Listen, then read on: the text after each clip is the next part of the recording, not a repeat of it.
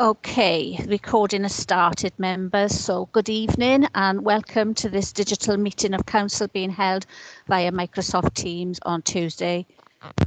It's not the 2nd of November, the 2nd of October, it's the 5th of October. Thank you. Members, Mr. Dave Street will be stepping in for the Chief Executive this evening, and I will now ask him to confirm the proceedings for the meeting. Thank you.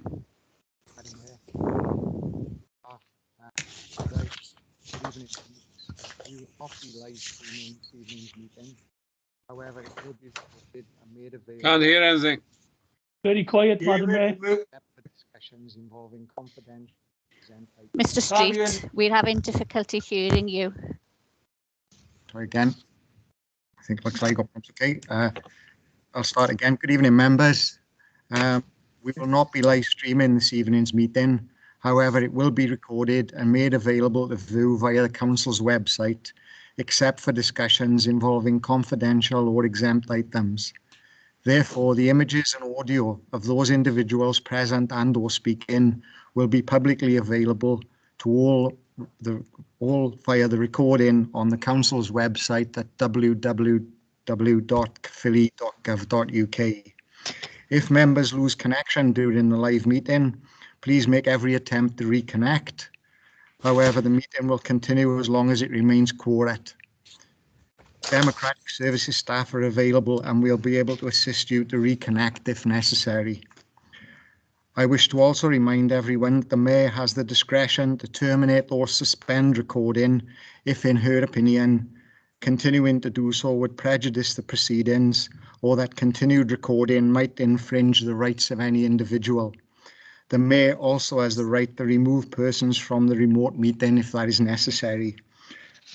All members should have already checked their headphones, microphones and IT kit before the meeting commenced. I would like to remind members and officers to ensure that all microphones have been muted. Group leaders, deputy leaders, cabinet members and key officers have been asked to leave their cameras on. All other members and officers, please turn off your cameras unless you're making representations. Members will then need to unmute their microphones and turn on their cameras when called to speak by the Mayor. Votes this evening will be taken using Microsoft Forms. When a vote is required, the monitoring officer will direct members to open show conversation, where the form will appear, and then click on the yes, no or abstain, and then click on submit vote. The names and votes cast will be recorded and published to our website following the meeting. Thank you, Madam Mayor. Thank you, Mr. Street. Item 1, apologies for absence. Members, we have an apology for absence from Mrs. Christina Harry, Chief Executive, and as detailed within the meeting conversation or chat, if members are aware of any apologies not listed, please add them to the chat or notify Democratic Services. Thank you. Item 2, Mayor's announcements. It was my great pleasure that I attended the Olympic celebration at the Centre for Sport and Excellence with our two Olympians, Lauren Price and Lauren Williams. It was a very good morning and I was very honoured to meet them both. It was also my great pleasure to open the very first dementia peer support group run by people with dementia for people with dementia. It's situated in the White Rose Centre in Newtadiga, and it's supported by our own Caerphilly Cares and the Greater Bargard dementia friendly community. And I also was able to attend afternoon tea with the residents and staff at Abbeyfield Care Home in St Martin's Road, Caerphilly as well this month. So that was very enjoyable. So thank you for their invites. Moving on to item 3, to receive some petitions under the Rule of Procedure 28.3. Councillor Etheridge, I understand that you have petitions to present. Can you please put on your camera and microphone? Thank you. Thank you, Madam Mayor. There's 3 petitions. The first one is 440 names for the abolition of car parking charges throughout Caerphilly County Borough. The second petition is signed by 2,255 residents, which would like consideration for Blackwood, the Bedwellty show, which is currently in Lancashire Vow, to be returned to Blackwood. And I'm already in correspondence with the Bedwellty Showfield Committee, but that's been presented to the council as well. And the third petition was given to me by carers in regarding the daycare centres, and that is signed by 1,429 residents. That's throughout the county borough. They'd like me to make the sort of following points in regard to that petition. I will be brief, Madam Mayor. They would like engagement of all parties, families and carers and users with the trade union, elected members. They'd like a working group set up, and I would like to put that forward tonight. I know I can't put it forward as a motion, but I'm sure that the director of social services may respond, because we do need effective engagement going forward.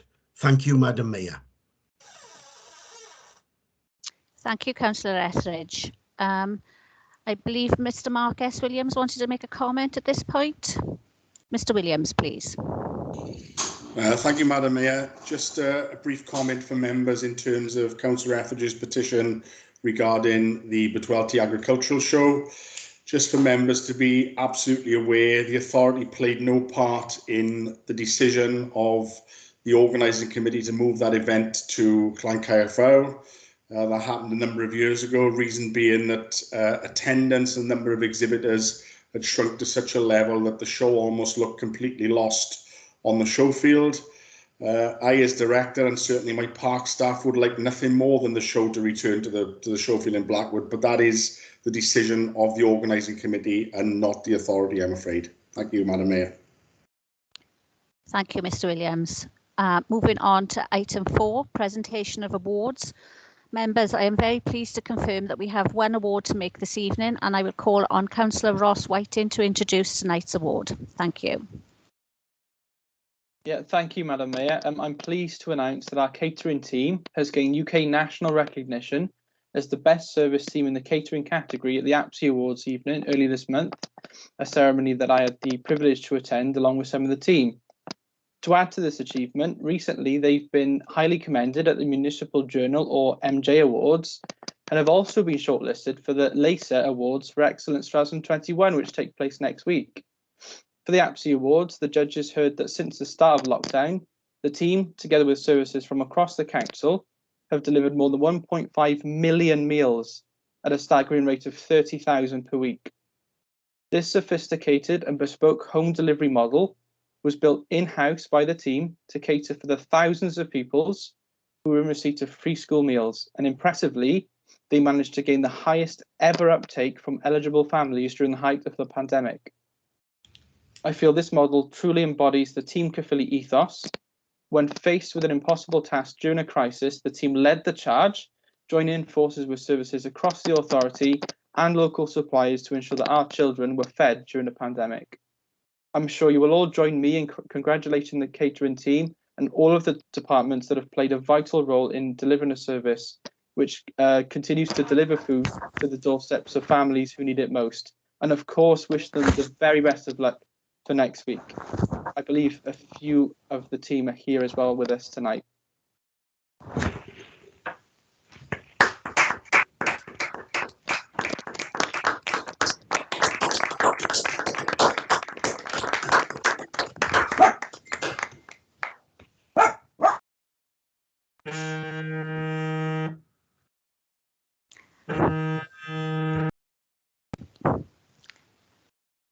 Thank you, and may I join my congratulations to the catering team to that of Councillor Whiting. Yeah.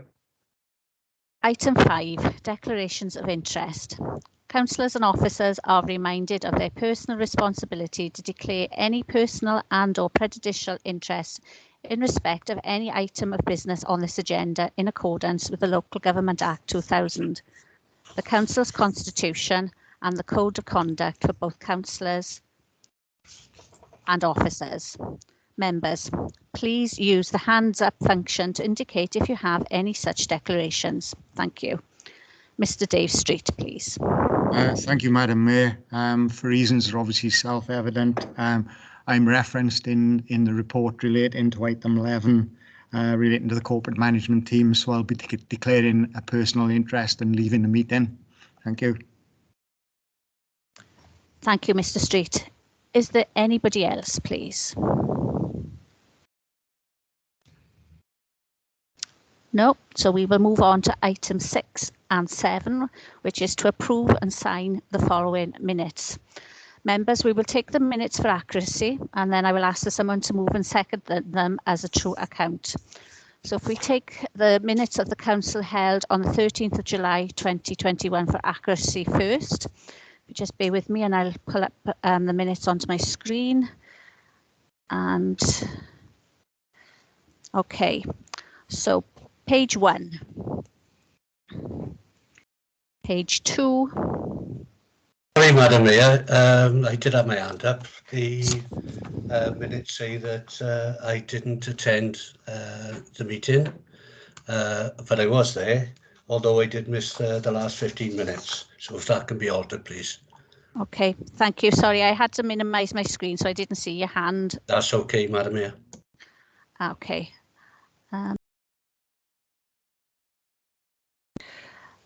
Okay, so that was page 1 and 2. Page 3, page 4, page 5, page 6, page 7, and page 8. Who moved that then? Sorry. Councillor Priest. Thank you, Councillor Priest. And do we have a seconder, please? Councillor Adams, with second. Thank you very much, both. We will vote on those in a second. If we move on to the special council held on the 27th of July 2020, I'll take them for accuracy first. Just bear with me a second. So they start on page 11, page 12, page 13, page 14, page 15, and they conclude on page 16. Councillor Davis, you've still got your hand raised. Do you have an issue with the special council meeting minutes, please? No, thank you. There's no hands raised there, so can I have somebody to move those minutes, please? Up, Mayor, sorry. Councillor Adams, to move. Thank you, Councillor Adams, and I apologise for missing your hand. Do I have a seconder, please? I second Chair Councillor Walter Williams. Thank you, Councillor Williams. Okay, having been moved and seconded, I believe Mr. Tranter is with us. Can you take us to the vote, please? Yes, certainly, Madam Mayor. Members, you'll have in your conversation bubble there a poll. So if you could vote on that poll, please. I'll give you 1 minute to vote on the accuracy of the minutes of the 13th of July and 27th of July council meetings. Thank you.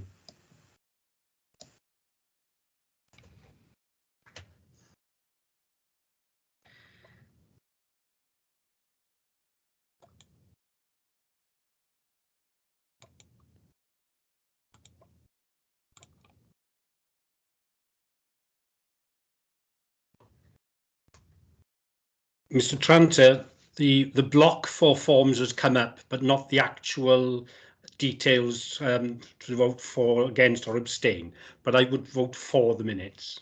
Thank you very much, Councillor Taylor. That will be noted, of course. Out of interest, are there any other members who are having difficulty voting? If so, if you could please let me know and we'll make sure that your vote is recorded. No, that's a good sign. So, Madam Mayor, the council minutes for both those meetings are approved. Thank you very much. Thank you, Mr. Tranter. Moving on to item 8 is the statement from the Leader of Council. Members, I will call on Councillor Philippa Marsden as Leader of Council to make her statement. Members, the statement is for noting only, so I will not be taking any questions at the end of the statement. Councillor Marsden, please. Thank you, Chair. As Leader of Caerphilly Council and local ward member for Ynysthea, I want to assure the whole community that I recognise and fully understand the real concerns about the new waste recycling plant. Indeed, I share many of these concerns, as none of us wants to see any harmful impacts on the lives of residents or the local environment. As you know, a local resident recently attempted to undertake a judicial review of the planning decision, but having considered the legal arguments put forward by both sides, the challenge was refused by the High Court. Whilst I can understand the frustration that the challenge was refused, it does mean that the original planning permission granted in 2015 by a democratically elected planning committee of this council cannot be challenged any further, and that Howell NMP have the right to build the facility and to seek the necessary permit from Natural Resources Wales. But can I take this opportunity to remind members that I was not an elected member of this council when the decision was taken, and also remind all here tonight that both Councillor Ridgewell and I have been involved in the Lower Sahawi Valley Residents Group for many years, focusing our attention on external bodies to ensure that modelling and evidence was accurate and reflected the particular topography within the valley, given the occurrence of temperature inversion, and that we as locals see in, year out, season to season. We campaigned to ensure that monitoring of the site was appropriate and offered the right level of assurance on health grounds. We also were instrumental in having air quality monitors strategically located to provide a base level understanding of the impact of air quality should the plant go ahead. Members, I say this to put in context our commitment to the place we live in, not only for us, our families, the current residents, but the future generations too. Members will have received correspondence from the resident who made the legal challenge following the refusal of the judicial review by the High Court. The correspondence asks a series of further questions of the Council in relation to the exchange that took place at the hearing and the decision-making process itself, as well as making a number of allegations. I'm also aware that the Chief Executive has received separate correspondence from 2 other residents asking very specific questions about the decision-making process. As this is such a sensitive issue for all residents of the Lower Sahawi Valley, it is important that we are open, honest and transparent about the decision-making process undertaken to date. Therefore, I have instructed senior officers who are independent of this matter to carry out an investigation in line with our official complaints procedure. This is a formal, prescribed process which will allow all the concerns raised by the community to be fully explored. If the outcome of this investigation is not satisfactory, then the matter can ultimately be referred to the Public Ombudsman for Wales. So I hope that gives you the reassurance to the community that there will be a full and thorough investigation of the facts. I will ensure the outcome of this process is shared with all elected members, as well as the Lower Sahawi Valley Residents Group, as soon as it is concluded. As a resident of the area myself, you will appreciate that not only do I want to establish the facts, but I'm also extremely keen to ensure that the development of 9 Mile Point is subject to the necessary environmental control measures. It is also important that all activity at the site remains closely regulated and monitored by Natural Resources Wales. As leader of the council, I met with senior officers from NRW on the 27th of September to set out those requirements and to seek reassurance directly from the regulator about the plans for the facility.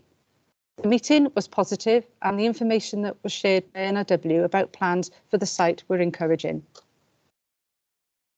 I've also asked senior officers to meet representatives from Howell NMP, the owners of the site. The meeting took place yesterday afternoon and I'm again told the meeting was positive. The company themselves will recognise the sensitive nature of the development and are extremely keen to begin meeting with residents to develop a partnership that is based on mutual trust. It may take some time for us to establish trust, particularly from the current position, so officers have asked that they begin to work directly with the community for an initial meeting to be held within coming weeks. Just to let you know, I'll update members again as further information emerges. Thank you, Chair. Thank you, Leader. Item 9, to receive and to answer questions received under the Rule of Procedure 10.2. Councillor Etheridge, can you please put your camera and microphone on and ask your question? Thank you. Thank you, Madam Mayor. It would have been helpful to known this prior to the meeting, but there we are. The question is, as you can see, is about the Hasram site, which I felt needed to be tabled, regarding the planning procedure, environmental assessments, proceedings, consultation, and the cost of the legal advice in regard to judicial review. And I think the leader has already answered in her statement in regard this. So I have got a supplementary question, but I'll leave the leader make a comment. Thank you. Thank you, Councillor Etheridge. Leader. Yeah, okay. I'll turn into the specific points that were raised then in the rest of your question, Councillor Etheridge. The decision to grant planning permission was made by the local planning authority in December 2015, following a deferral from the original November date. The associated documentation is available on the council's website, and the minutes of the relevant meetings are also publicly available. A screening opinion that was undertaken at the time determined that an environmental impact assessment was not required. The local planning authority, in determining the application, deemed that the development fell within Schedule 2 of the EIA regulations. The original planning application did, however, include an odour and an air quality assessment, along with a transport statement, a noise impact statement, and a range of other supporting documents, all of which are publicly available on the council's website. So following advertisement to neighbouring properties, advertisements in the press, and a site notice being posted, 28, someone mute because I can hear myself, 28 objections were initially received, with that rising to 57 objections prior to the December determination. A petition, including the signatures of 1,456 people, was also submitted along with 3 letters of support. The initial planning report concluded that, having given due regard to relevant planning policy and the comments from consultees and objectors, which are all set out within the November report, that the application was considered acceptable, and the officer's recommendation was that the permission should be granted. Turning to the cost associated with the recent judicial review, the decision to bring and defend court proceedings is a matter delegated to officers. The judicial review, as members will know, was unsuccessful. The council's total costs, barristers' fees, for defending the JR were £5,212.50 plus VAT. The resident was ordered to pay costs of £2,192.50. The net costs to the council are therefore £3,020, excluding VAT. In conclusion, I'm sure I don't need to remind members of the sensitive nature of this development. Some specific concerns have been raised by residents, which have given rise to this question being put before council. The council's complaints process, which is a formal prescribed process, will allow those concerned to be fully explored. If the outcome of that investigation is not satisfactory, the matter can then be referred to the Public Service Board, Public Service Ombudsman for Wales, who can provide a further independent review to be explored. Thank you. Thank you, Leader. Councillor Etheridge, would you like to ask your supplementary question, please? The supplementary question, Madam Mayor, very pleased to support the 400 people with the 2 councillors, Labour councillors from Risca on the Sunday. My supplementary question is, a number of weeks ago, about a month ago, I did table a notice of motion, which is going to scrutiny in November, regarding this matter, asking for a sort of public inquiry. And I noticed to date, not one Labour councillor have signed a notice of motion. So I would like the leader to confirm, as she has now announced there will be an inquiry into this, that her and her political party will be signing the notice of motion to support the independence and Plaid Cymru. Thank you. Thank you, Councillor Etheridge. Leader? I think I've set out my position quite clearly here in terms of taking this matter forward and taking the concerns of the community very seriously. So the fact that we've already put this into chain in terms of making this inquiry through the complaints procedure, which is a formal process that we all know is open and transparent, Councillor Etheridge. So I think that brings that matter to conclusion. And I think until that complaints procedure and process is concluded, I think we should then only then determine from there where we go from that outcome. Thank you. So no, thank you. Thank you both. Councillor Miles, I understand you also have a question. Can you please put your camera and microphone on and ask your question, please? Thank you. Thank you, Mayor. Well, we've already touched on this subject already tonight, as Councillor Whiting has told us about the awards that the catering team may be in line for. But my question is to elaborate on that, really, which is, can the leader please update councillors on how the local authority has reshaped the delivery of free school meals through the COVID-19 pandemic? Thank you, Councillor. Leader, please. Yeah, thanks ever so much, Councillor Miles, for your question. And you're absolutely right. This has already been touched on in Councillor Whiting's awards comment earlier. But I'm sure that every councillor on this call this evening will agree that our free school meals response during the pandemic has been one of the standout achievements of Team Caerphilly. The support we provided to some of our most vulnerable families in our communities was second to none. And our approach has been held up as an example of excellence across the UK, which we've just heard this evening. Indeed, as I said, our amazing catering team have enjoyed recent award success in the recognition of the invaluable service they provide to the community day in, day out. Around 1.5 million free school meals have been delivered to date. A massive achievement, I'm sure you will all agree. This was made possible thanks to the mobilisation of an army of drivers from all parts of the authority, including staff diverted from services affected by COVID and other elected members. These deliveries continue during school holidays and for those free school meal children required to self-isolate. Another positive outcome of this hugely impressive effort is that the team also succeeded in increasing customer satisfaction and meal uptake from 70% to over 95%. Our scheme is still operational 18 months on, and it's a successful one. It's as successful today as it was when it started back in March 2020. I've asked officers to prepare a detailed overview of our free school meals activity in response to the question from Councillor Miles, and this will be circulated to members so you can all appreciate the size and scale of the amazing achievements. So thank you. Thank you, Leader. Councillor Miles, do you have a supplementary question, please? Yes, please. The free school meals that were distributed for the summer holidays, at the time that they were sent around, I remember seeing some social media comments around some of these meals ended up in food banks, which in and of itself is not a bad thing because the food obviously didn't go to waste.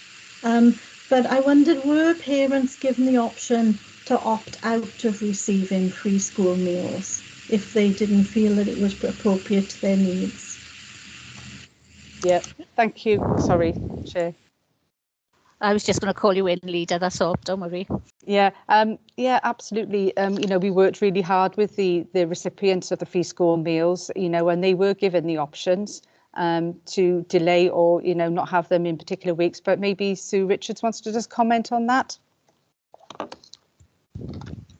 Mrs. Richards? Sorry, Mayor. Yeah, just to add, Councillor Marsden, exactly what you just said.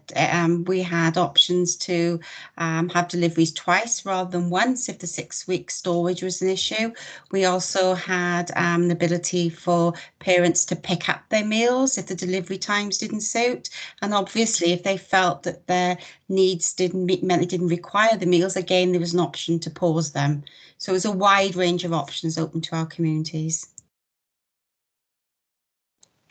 And if I can come back, Mayor, if that's okay, and just to add further to that, Councillor Miles, I actually, on delivering, I think it was at Penrail, I was out delivering to a number of residents and had, you know, an in-depth conversation with a lady on the doorstep after I'd carried all the boxes in from my car, which was some distance away because I'd parked in the wrong position and ended up walking down the street. But anyway, aside from that, you know, and she absolutely said, you know, if my children don't like them, I do give them out. I do give them to people that may want them or are in need of them. So I think it's important, isn't it, to understand that, you know, people don't want to see waste in this area, and it's really important that people get what they need in their time of need, and make sure that we're delivering the best quality food that we can to them and to their doorsteps.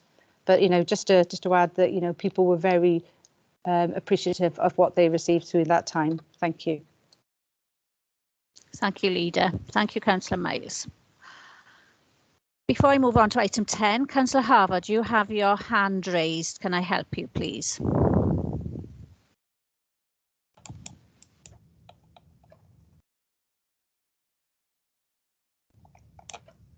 Thank you, Mayor. Can you indulge me? I'm having terrible trouble with my with my equipment at the moment. There are two things that I need to put in. I hope you'll indulge me. One was that my transmission broke down just before the vote, the first vote that Mr. Tranter took, and I'd just like to tell him that I agree with him. They're both yeses, but I couldn't get in touch with you.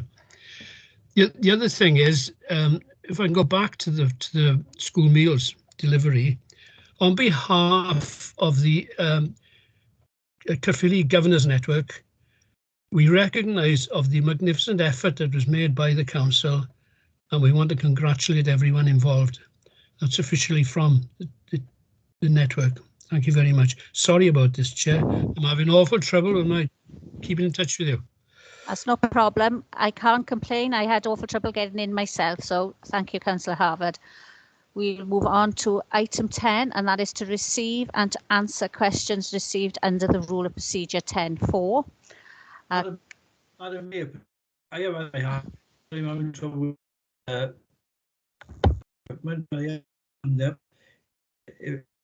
your hand is not, I apologise, your hand is not showing, Councillor Priest, but how can we help you? Just a question, really. That said, obviously, a person was just by meals listed. Is this an official complaint? Councillor Priest, Councillor Priest, can I stop you? You're breaking up an awful lot. I couldn't quite understand what you're saying. What I'm saying, Madam Mayor, is on one statement made by to the council that the person did officially, or was it word of mouth, or about so-called meals being wasted? Sorry, I wanted to pick up of it, Mayor, please, if possible. I think he was asking about how did we find out how the meals were wasted or passed out? Was it word of mouth? Exactly. Yeah. Was it word of mouth or a complaint? Leader, do you mind answering that? And before we move on. They weren't wasted, Councillor Priest. They were just, you know, where people realised that they didn't need them on that occasion. They either delayed their delivery, so they didn't, if they had storage issues, that was one thing. And also, if their children didn't like them, they gave them to other members of their family that maybe weren't eligible. But, you know, the fact is that food wasn't wasted, and that's the most important thing. Thank you very much, Leader. That's what I wanted to hear. Thank you. Thank you, Mayor. Thank you. Councillor Mann, you've got your hand raised. Thank you, Mayor. I'm quite happy to take part in the discussion on these statements, but we were told at the start that there wasn't any. I'm aware of that, and as the two members said, they'd had difficulty with their equipment, so that is why I've indulged it. It won't happen again. We'll move on to item 10, and I'll repeat myself, to receive and to answer questions received under the Rule of Procedure 10.4. Councillor Simmons, I understand that you have a question for the Cabinet Member. Can you please put your camera and microphone on and ask your question? Thank you. Thank you, Mayor. Yes, I'm a serious Councillor Mann. I believe the Constitution says questions are asked and answered without comment. Now, clearly, I'm in error on the Constitution, but anyway. My question was, will the Cabinet Member make available to councillors copies of any laboratory investigations into the leachate presently emanating from Teethel Quarry, excuse me, together with a circulation list of recipients and the date of any sampling took place? Now, I have received the answer, but I haven't received any details of the content of the leachate. I would appreciate that error to be corrected, if you don't mind, please. Thank you, Councillor Simmons. Councillor George, can we have your response, please? Yeah, thank you, Madam. Thank you. Thank you for the question, Councillor Simmons. The results of any laboratory investigations into the leachate have been made available to ward members in the past. Presently, there is nothing coming off the tip, and there hasn't been for a while. Over the years, there's been a number of investigations carried out if there was an outbreak. But as I said, and I'm sure we make that information available to anyone who requests it. It isn't a problem. Okay, thank you. Thank you, Councillor George. Councillor Kirby. Thank you, Councillor George. I will avail myself of that information, if I may, please. Okay. Okay, I'll see you later about it. Thank you both. Can I ask one question? Can Councillor Simmons provide the residents who he's working on behalf? Because I understand it's not his ward. So thank you. Thank you both. Councillor Kirby, I understand that you have a question for the Cabinet Member. Can you please put your camera and microphone on and ask your question? Thank you. Thank you, Mayor. Will the Cabinet Member for Housing provide an update to members on the Housing New Build Programme, please? Thank you. Thank you. Councillor Phipps, can we have your response, please? Can, and I'm going to attempt to share my screen, but Emma is on hand should I have difficulties. Can everybody see that? Yeah? Yes. Yeah. Okay. Yes. Okay. Thank you, Madam Mayor, and thank you, Councillor Kirby, for your question. I am delighted to be able to provide you with an update on the Council's new housing build programme. As you can see on the screen in front of you, this is our first site, one of our first sites in Trekennydd, and I am pleased to advise that work on this site and our other site in Thomas, which has been funded in the main via the Welsh Government's innovative housing programme and Caerphilly Homes, is progressing well. In Trekennydd, where 6 units are being delivered, the steel frame provided by Caradan Limited, who are based on Penalta Industrial Estate, has been erected and is almost, as you can see from the slide, complete. The roof trusses for the innovative roof should be installed this week, and next week the roof sheets will be fitted. Internal works will hopefully begin the week commencing the 25th of October. And here is an artist impression of what the finished product should look like, or will hopefully look like. Moving on to Thomas, where 12 units are being delivered.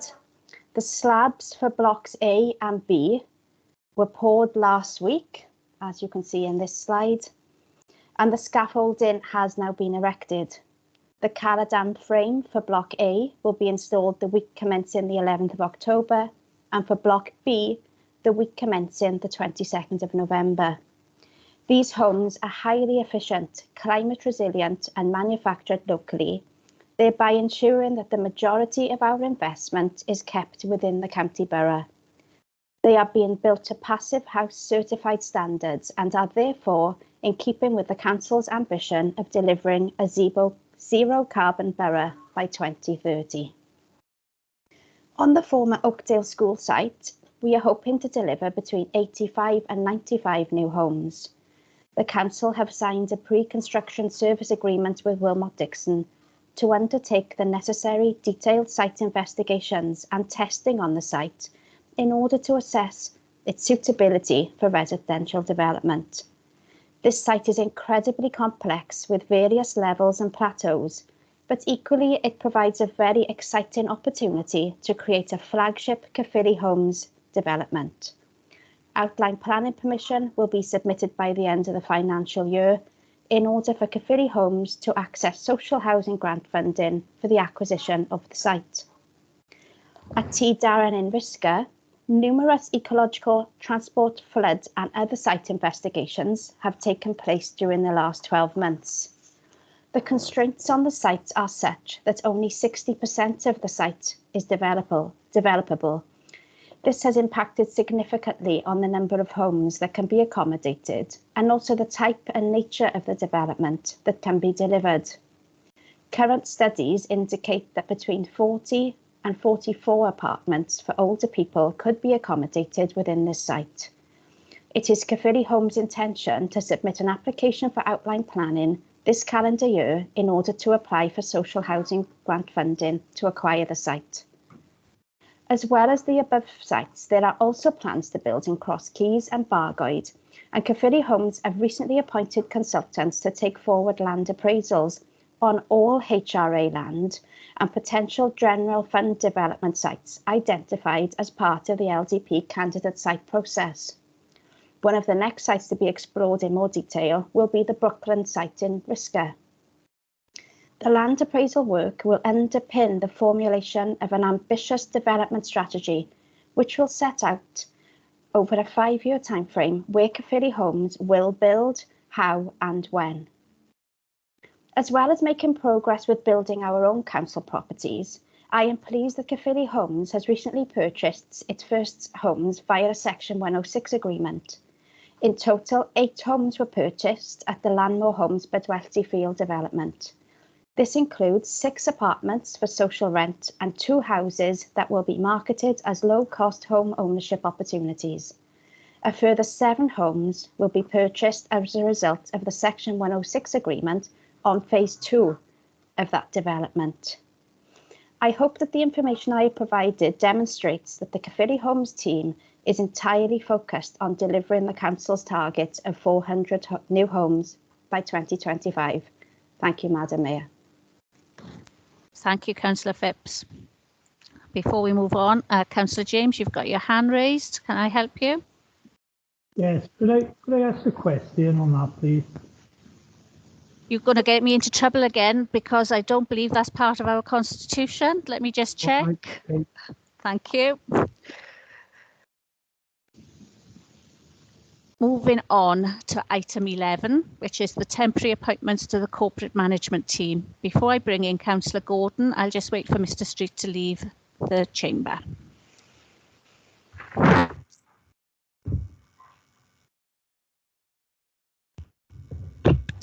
Okay, Councillor Gordon, can you introduce the report, please?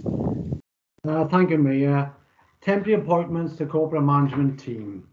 The purpose of the report is to seek Council's approval to appoint David Street, Corporate Director, Social Services and Housing, into the post of Acting Chief Executive during the absence of the substantive post holder. Council is also asked to agree an acting appointment to cover Mr. Street's substantive post of Corporate Director, Social Services and Housing. The Council is required by law to have in place head of paid service.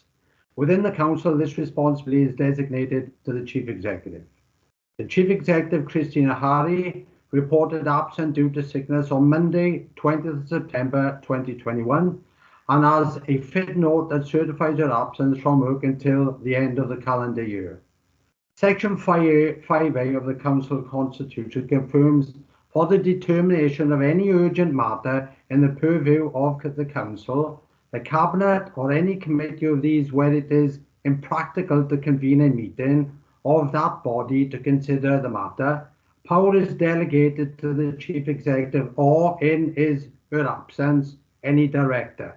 David Street, Corporate Director, Social Services and Housing, has undertaken this responsibility in the Chief Executive's absence.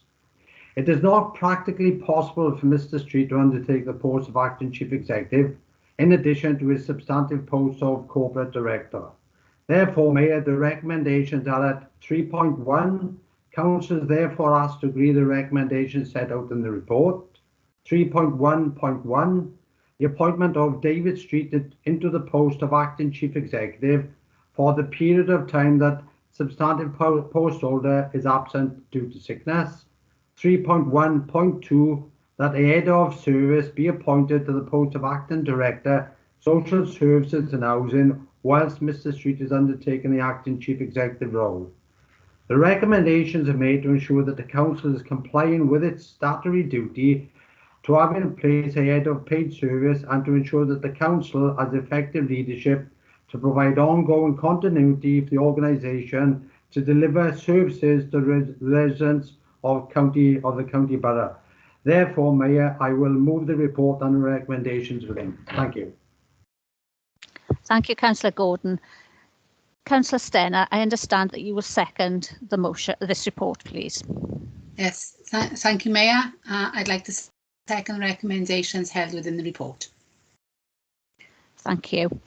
Having been moved and seconded, the debate is now in order. Members, if you have any comments, please indicate now using the hands up button.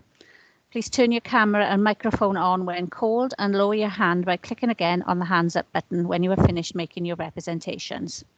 Thank you, members. Councillor Etheridge, please.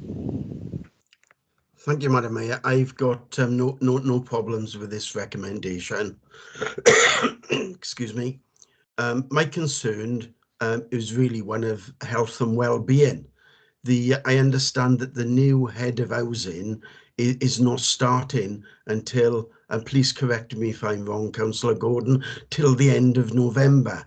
And my concern is, you know, will Mr. Street, and I appreciate he'll be acting chief executive, you know, is for the staff in housing and social services. I don't want him overburdened, and I'm sure, you know, everyone else will feel the same. But as the head of housing is not starting until the end of November, can the cabinet member please give us assurances that there will be staff in place to help Mr. Street? Thank you very much. Thank you. Councillor Gordon, please. You're perfectly right, Congratulations. The head of housing is not starting until the end of November, and we're doing everything humanly possible to make sure everybody's health and well-being is taken care of. Thank you. Thank you. Councillor Cushing, please. Thank you, Madam Mayor. I'm not putting my camera on because it interferes with my speeds for the internet. What I'd like to ask is of Councillor Gordon is whether or not who the actual head of service will be acting as head of director of social services, please. Councillor Gordon, please. Yeah, thank you. I can't answer that question, but it's always going to be one or two, and as soon as we know, you will know. Thank you. Thank you. Councillor Mann, please. Thank you, Mayor. As you know, I was consulted on the report. In reality, the choice was fairly limited. The comment I did make to the head of HR was the absence of a designated deputy. I may be wrong in my recollection, but I don't think we've had an official deputy chief exec since the days of Stuart Rosser. And I think this is an obvious reason why it is very good practice to have a designated deputy. And this is just one of the reasons why that should happen. Thank you. Councillor Gordon, do you want to respond to that? Discussions have taken place on this, Councillor Mann, and I think a review will be done in the not too distant future of the corporate management team. Okay, Dongvar. Thank you both. I thought I saw another hand, but it's disappeared, so I don't know if that member is having connection problems or not. There are no further hands showing, so I will ask Mr. Tranter to take us to the vote. Thank you. Thank you, Madam Mayor. Members, the poll will appear, so if you can please vote on that poll, that would be great. 90 seconds to do that, please. If members have any difficulties with connections, etc., please make that known to me and we'll get your vote recorded. Thank you very much.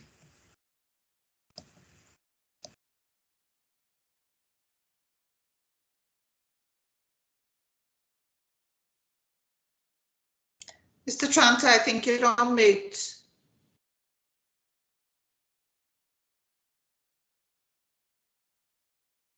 I'm sorry, I'm on mute now. Can you hear me okay? I can hear you okay now, but I couldn't earlier. Okay. Okay. My point was that if anybody had difficulty voting, please make that known to me and we'll get your vote recorded. Tranda, I'm not sure if mine was recorded, but I'm for the recommendation. I'll make a note of that, Councillor Davis. Thank you. So, Madam Mayor, just a second, Mr. Tranter. Councillor Harvard's hand is raised. I'm not sure if he's got a problem. Councillor Harvard, you're on mute. I can't unmute. This is. I can hear you now. Can you hear me? Yes. I'm playing on.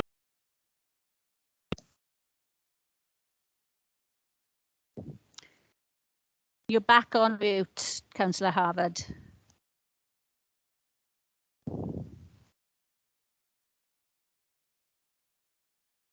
Madam Mayor, if I can, he's not on mute. He's just breaking up all the time. Yeah, he's showing on my screen as muted, so I'm not entirely sure.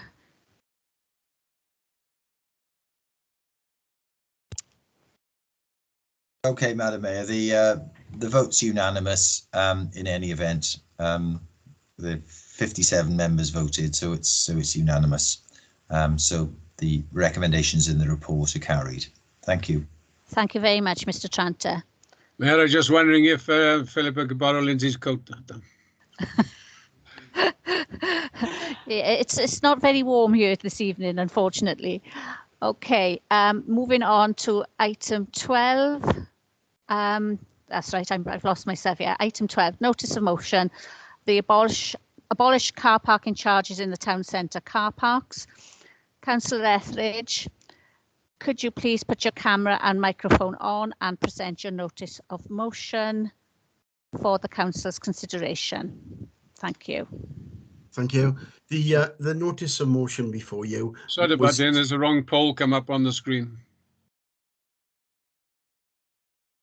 Yes, we will allow the officers to sort that out, and Councillor Etheridge, if you'd like to continue. Yeah, the notice of motion was tabled prior to the announcement by Cabinet that free car parking charges would be introduced in the town centres up until next September. So I welcome the Cabinet's recommendations and approval of that. The notice of motion was signed by a number of residents, and they were not all from Blackwood, Madam Mayor. And I also was lobbied by traders on the high street. As I said, I have recently introduced a 440 name petition, which I'm sure Councillor Pritchard will agree with. And I believe businesses, need to be assured that car parking charges will not end in September. What was said to me as well, please, Councillor Etheridge, will you make this point known? And my final point is, even though we park in the car parks, we do work in the shops, but during the lunch times and the morning and the evening, we do go shopping in the high streets. And I'd like to make that point because a number of shop assistants within the high street have said we do spend money in the town. I'd like the motion considered. Thank you. Thank you, Councillor Etheridge. Is there a second for Councillor Etheridge's motion, please? Yes, Simmons, I'll second. Excuse me. Thank you, Councillor Simmons. Councillor Tudor Davis, as the Chair of Environment and Sustainability Scrutiny Committee, do you wish to come in, please? Mayor, as I didn't chair it, it was actual Councillor Adams who chaired that meeting, so I'll have to refer it to him. Thank you, Councillor Davis. Councillor Adams, please, do you wish to say anything? Putting my camera on. Right. I wasn't expecting to tonight on this issue because, as Councillor Etheridge has already let us know that he put the petition in, 414 names, I think he said earlier. And it's an issue, of course, that we said very clearly on the night of the previous meeting, of course, that there is a task and finish group being set up to look at many of the aspects that are really covered in this. And I will say, as a member of the original task and finish group on car parking, I did give way last night at another meeting to put my name forward for the new task and finish group, or is it the reconvened task and finish group? So it's something that we will be looking at very, very carefully and as quickly as possible as well, Madam Mayor. So it's something that isn't going away. We need to look at what is best for our town centre car parks and everyone who shops there. Thank you, Mayor. Thank you, Councillor Adams. Having been moved and seconded, the debate is now in order. Members, if you have any comments, please indicate now using the hands up button. Please turn your camera and microphone on when called and lower your hand again by clicking on the hands up button when you finish making your representations. Thank you, members. Councillor Mann, please. Thank you, Madam Mayor. I'm basically in favour of the free car parking, and I note what Councillor Etheridge said about shop workers shopping in there maybe half an hour or an hour they have off in the middle of the day. But I can imagine that the money that a shop, somebody works in the shop spends in a short time in the middle of the day will compensate for the amount of car parking spaces that are actually blocked all day.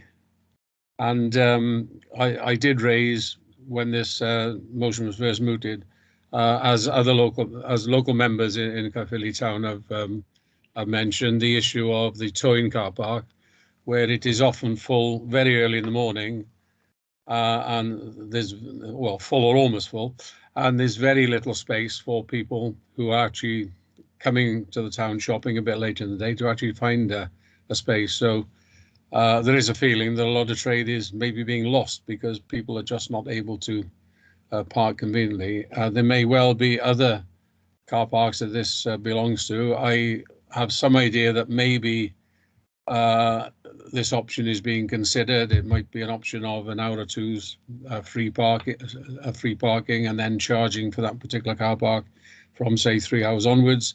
There are other ways of doing it as well, but I think, although the principle is good, we've got to adjust this to local circumstances. And I say I've quoted one local circumstance. I believe there may well be others in Blackwood and possibly other places. And I will, for that reason, Madam Mayor, I will be abstaining on this motion.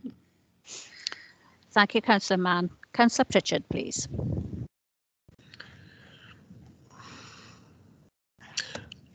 Well, thank you, Madam Mayor. And just in answer to Councillor Etheridge, we've debated quite a few times. It's always been cordial, and I thank him for coming forward with this notice of motion. It gives us another opportunity to discuss the issue.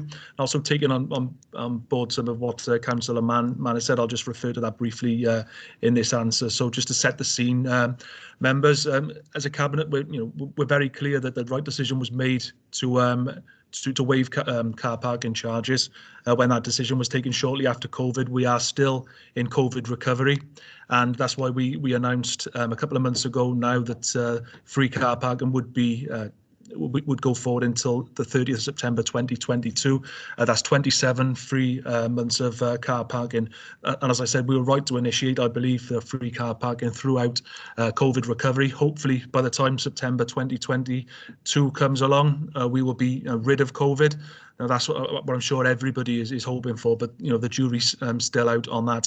The task and finish group was raised initially by Councillor Adams, and I've made it clear in no uncertain terms, and I'm glad that committee services have sent out the request now to the relevant scrutiny committees that asking for participation in the task and finish group, because this is really an opportunity for a cross-party committee to look at the issue of car parking and come to their own conclusions, really, as to what the long-term situation is going to be. Councillor Mann mentioned one or two potential scenarios.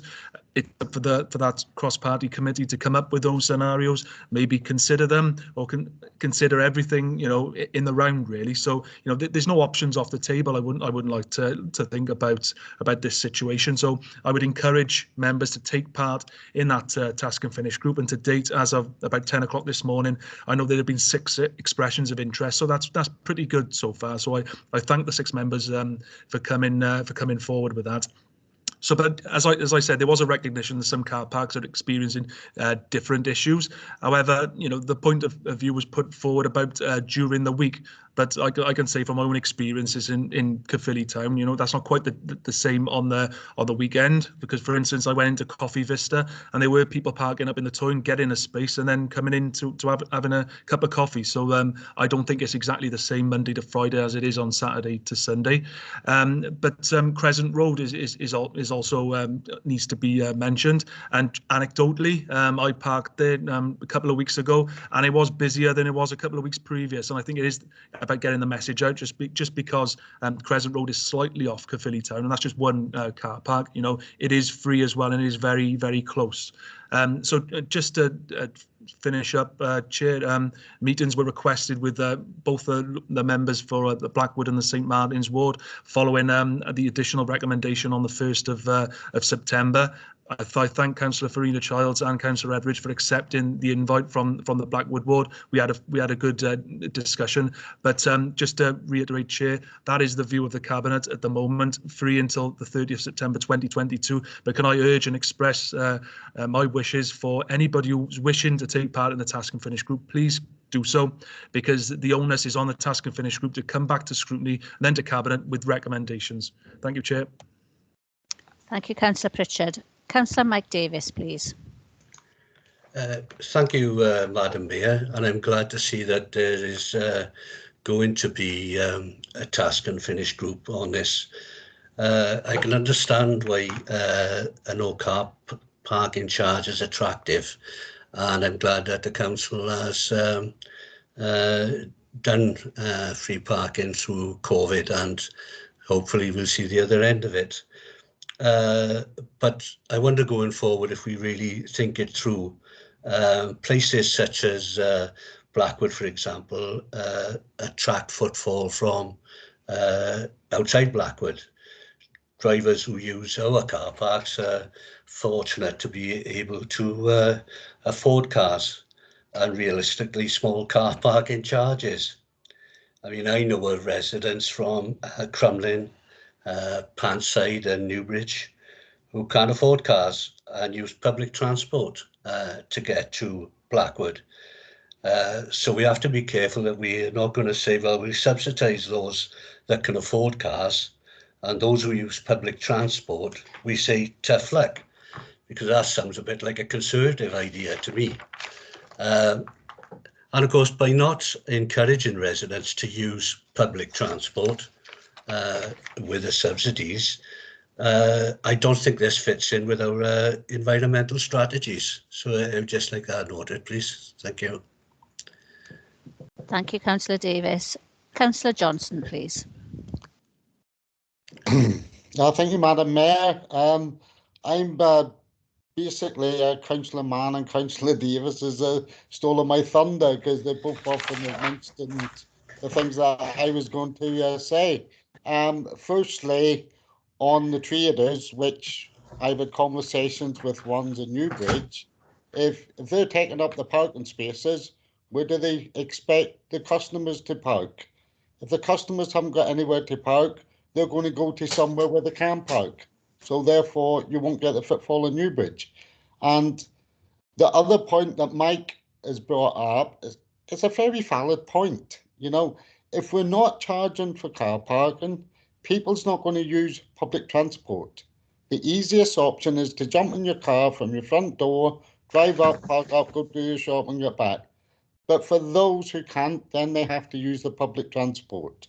Less people using public transport means public transport will cost more.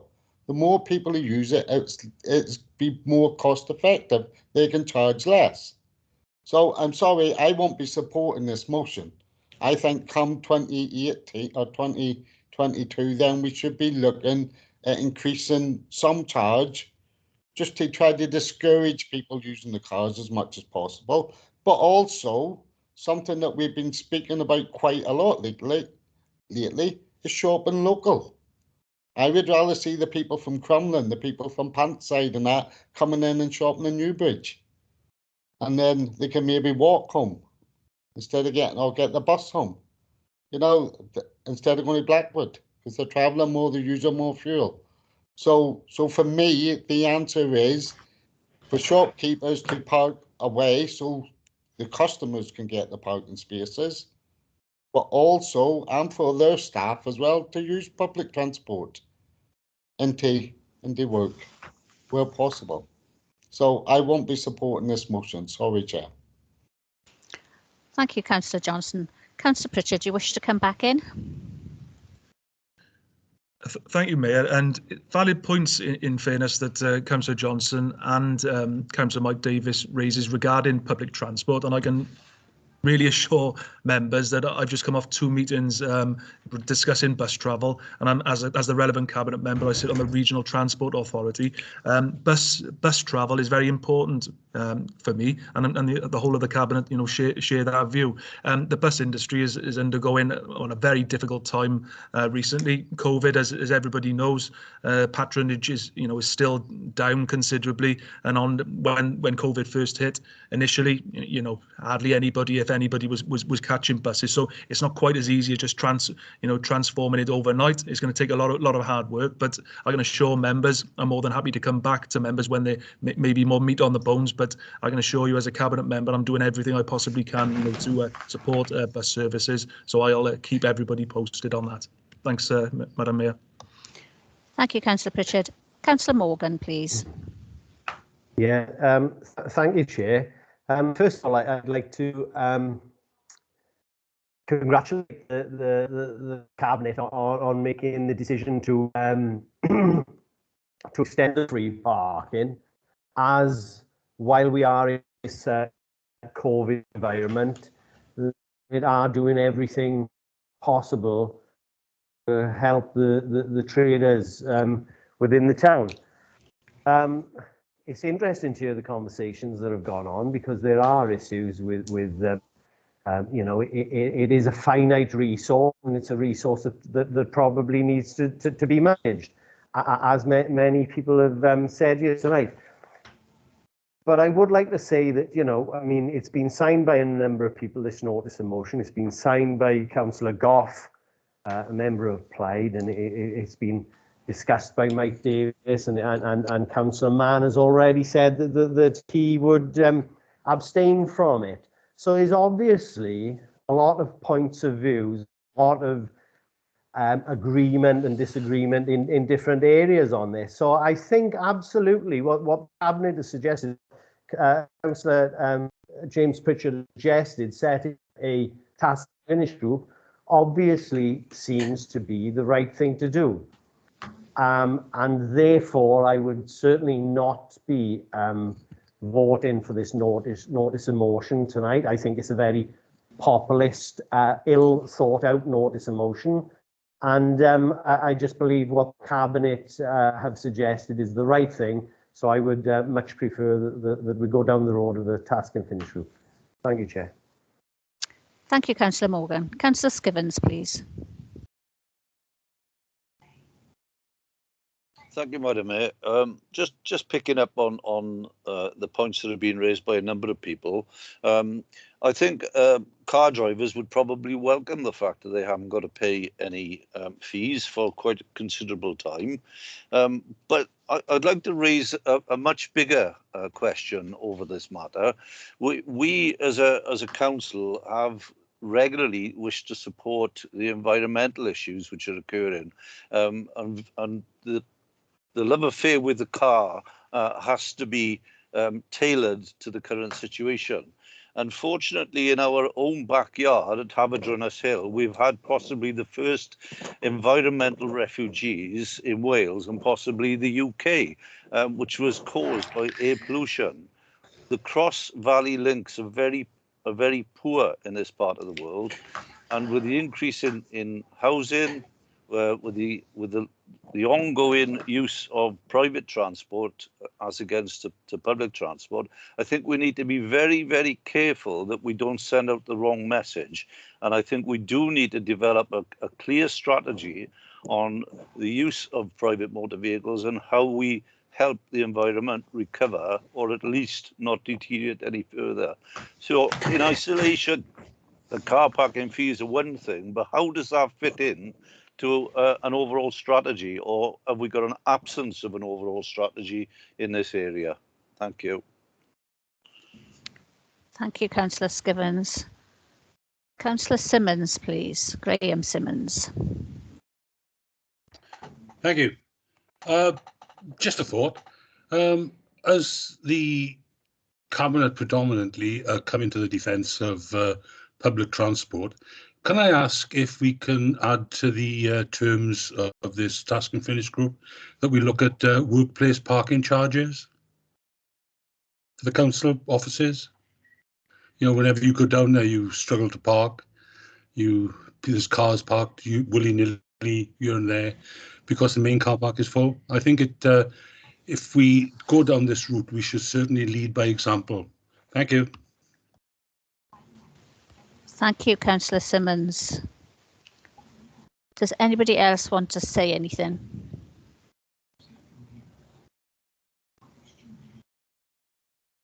Nope, there's no further hands showing, so I will ask Mr. Tranter to take us to the vote. Thank you. Mayor? I do apologise.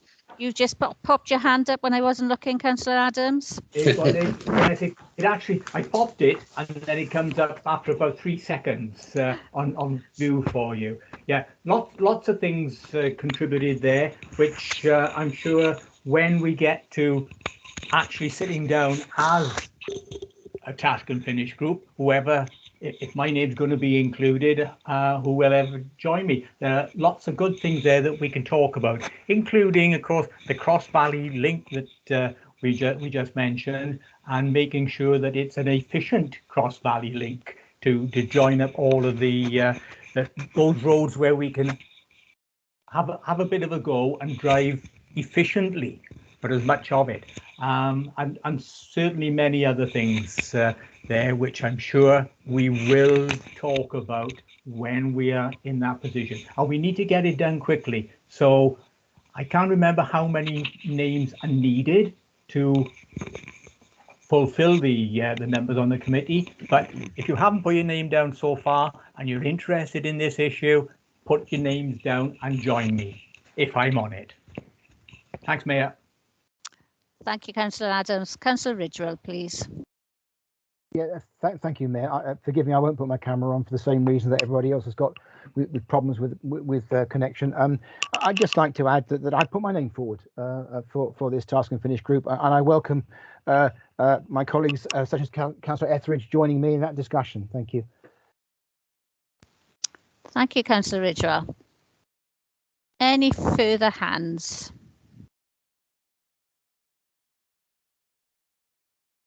No, so this time I'm definitely taking us to Mr. Tranter for the vote. Thank you. Thank you, Madam Mayor. Members, there'll be a poll on your screen any second. If you could vote on that, please. You have 90 seconds to do so. Again, any members who are having difficulties, please raise your voice with me, and I'll make sure that your vote is recorded. Thank you very much.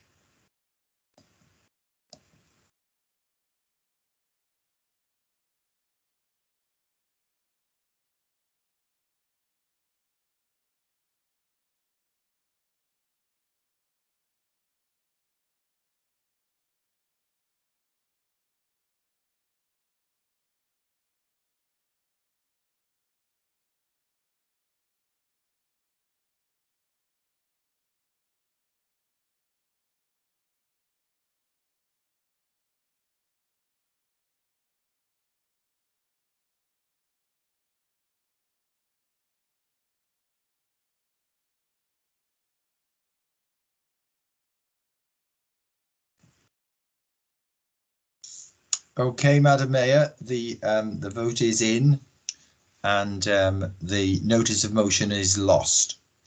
There were 11 for, 37 against and 10 abstentions. Thank you very much.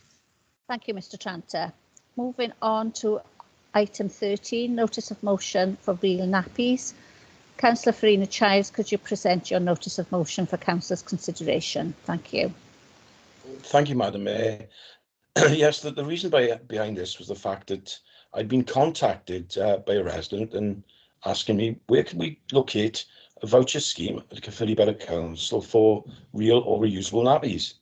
And when I looked into it, I found it my amazement that we didn't do it, and that other local authorities were actually doing it. So I thought, well, in light of what we've been going through, which has been due to the COVID recovery, there would be a good idea or good opportunity by us as an authority to help families throughout Caerphilly Borough Council, while also potentially reducing our carbon footprint. And when it went to scrutiny, I was very, very thankful that the scrutiny committee actually supported it with an extra recommendation, which I thought was a very, very valid one, that we actually try and link in with the local health board for them to promote it as well. And I'd just like to ask everybody this evening if they could possibly consider supporting it. As I said, I think it's a win-win for families and for us as a council in reducing the carbon footprint. Thank you very much. Thank you, Councillor Farina Childs. Is there a second for Councillor Farina Childs' motion, please? Yeah, I'll second. Councillor Etheridge, thank you. Thank you, Councillor Etheridge.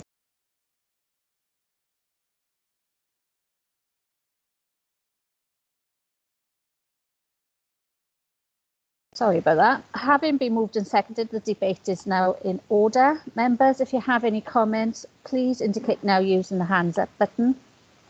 Please turn your camera and microphone on when called and lower your hand again by clicking on the hands up button when you're finished making your representations. Councillor Adams, please. Thank you, Mayor. Yes, this was on the same meeting that I chaired in Councillor Davis's absence on that night. And yes, as Councillor Farina Childs says, it was supported. But there was an awful lot of discussion, actually, very useful discussion, certainly from the report that we were given by Mr. Mark, what was his name? Anyway, never mind. And that it isn't as simple, of course, as we would like. Mark Williams, it was. I'm sorry, Mark.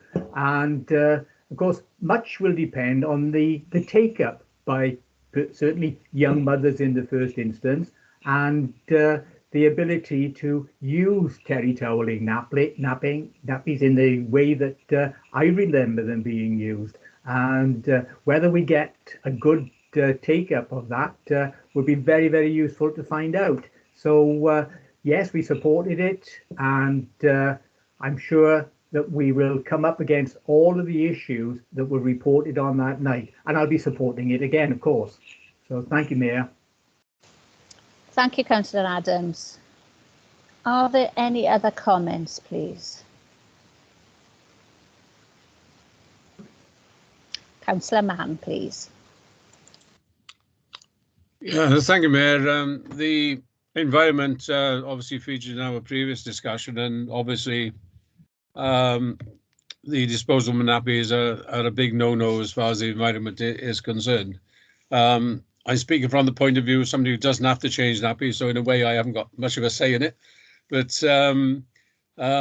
certainly, as per Mike Adams, when my kids were young, we used the traditional way. Probably there weren't any disposable nappies then anyway. I can't honestly remember. But I think there are more modern methods of the terry toweling that Councillor Adams mentioned, and there are different ways of doing this. I mean, there was an attempt something like 20 years ago where a local resident did start a company, and unfortunately it didn't survive. Sorry, a company to use and encourage people to use reusable nappies. But I think people's attitude to the environment has changed radically in that time, And I would like to think that anyone starting an enterprise now would have a far better chance of success, because every disposable nappy that you save going to landfill, you do a huge favour to the environment. And if we can persuade people to change over, I think it would be a good job done. Thank you, Matt. Thank you, Councillor Mann. Councillor Morgan, please.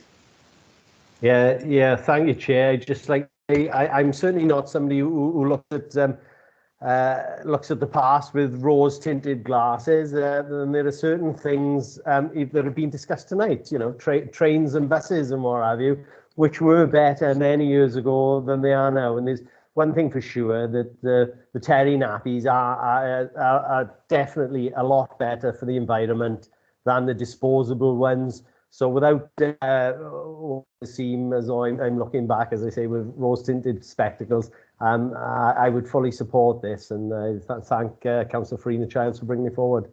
Thank you. Thank you, Councillor Morgan. Leader, please. Thank you ever so much, Chair. I just wanted to come in, in terms of this notice of motion, and I'm glad to see it come through the process tonight. I think it's fantastic, and I think it's really important that we could actually use our comms team to promote this as well locally, to really push out that message about the reusable aspect. And I think that, we can join together and do that, so we can absolutely push this from a council perspective. So I just wanted to comment on that, Mayor. Thank you very much. Is there any other comments? Well, I'm just waiting to see if there's any hands being raised. I remember my dad, as an ex-miner, getting terry nappies for different people having babies when I was growing up. So it's a return to the old ways, definitely. There are no further hands, so I'm going to hand over to Mr. Tranter for the vote. Thank you. Thank you, Madam Mayor. Again, members, the poll will be in front of you any moment. Please, can you vote? Thank you.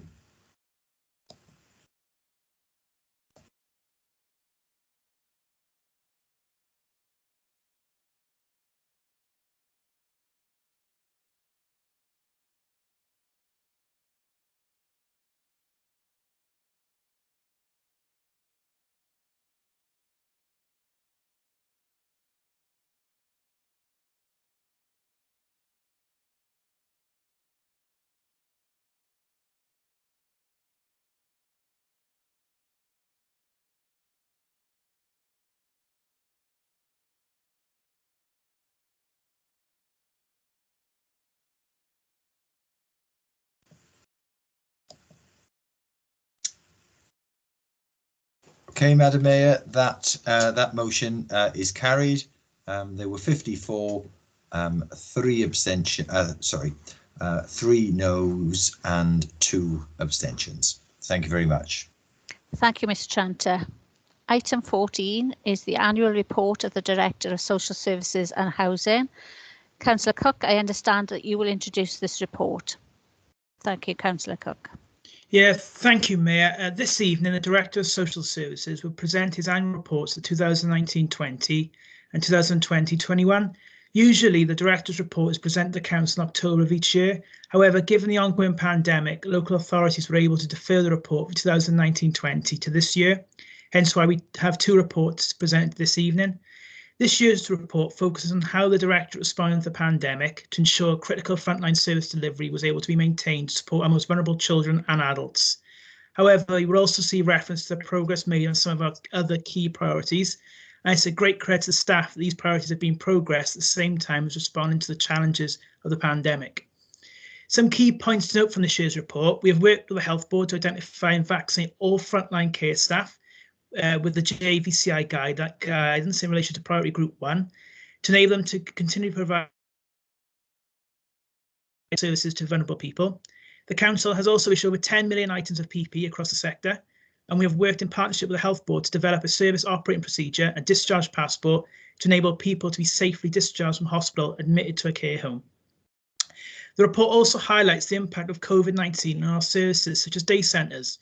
As a result of the initial lockdown guidance, day centres had to be closed and day centre staff were redeployed to care homes or supported living homes. However, to support users, the council moved to provide sessional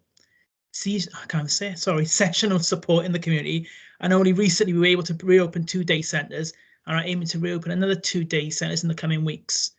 It's important to stress that coronavirus remains a real threat, so unfortunately we're not able to reopen day centres in the same way as we did before the pandemic, due to Welsh Government regulations, risk assessments, and being able to safely operate the facilities while making sure we protect users and staff.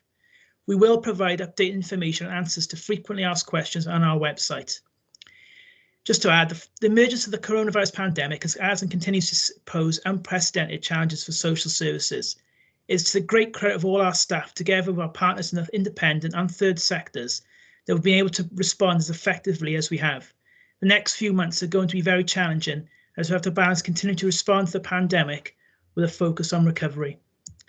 May I therefore move recommendations at 3.1. Thank you. Thank you, Councillor Cook. Councillor Mike Adams, I understand that you will second this report. That's correct, Mayor. I'm very happy to second this report. Many of the comments we've just had of Councillor Cook are, of course, things that we've heard of throughout the last almost 2 years. Of course, it's 2 reports that we're talking about. And yes, we, as a staff, as people who've been brought in, as people have changed some of their roles within the council in order for us to deliver a very high service. We are very, very appreciative of that, and we've said that many times in this chamber. Talking about day services, the resource centre in Pontypridd is somewhere I used to visit quite often, and really, really want to see the residents who were there, the people who were there using it as a great service, to be back there. I want to go and make my presence known to them as well and say, isn't it great to have you back? And that, of course, is for all of our day service centres, wherever and however that we properly manage to make their lives better. So thank you for all of the staff. Very happy to second this report, these reports. Thank you, Councillor Adams. Having been moved and seconded, the debate is now in order. Members, if you have any comments, please indicate now using the hands up button. Please turn your camera and microphone on when called, and lower your hand by clicking again on the hands up button when you have finished making your representations. Thank you, members. Councillor Etheridge, please. Right, thank you. If we look at the annual report, pages 65 and 69, the reference is made there to the workforce and caring staff, and there's also reference to day centres. A number of points, please, for the director to answer. As I previously said, we must engage with families, carers and users in regard this working party going forward, and the question is, firstly, Mr. Street, could you assure me that all requests in users' care plans will be met? That's the first one. The second question is, I understand that Powys have no day centres open, but it's come to me, and whether it's a rumour or it's fact, perhaps you clarify the position in regard to Merthyr Tydfil. The third point, Madam Mayor, if we opened all the day centres now, what would be the implications for staff, carers and users? And finally, point 4, am I correct in thinking that there are 40% of staff on sickness or self-isolation? Now, obviously, and what would be the risk factor if we did open all the day centres immediately or within the next month or two?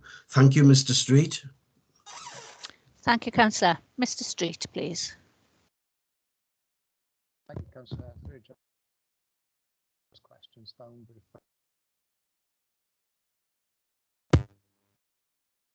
Having laptop problems. Is that okay? Can you hear me now? Great. Sorry, Councillor Etheridge.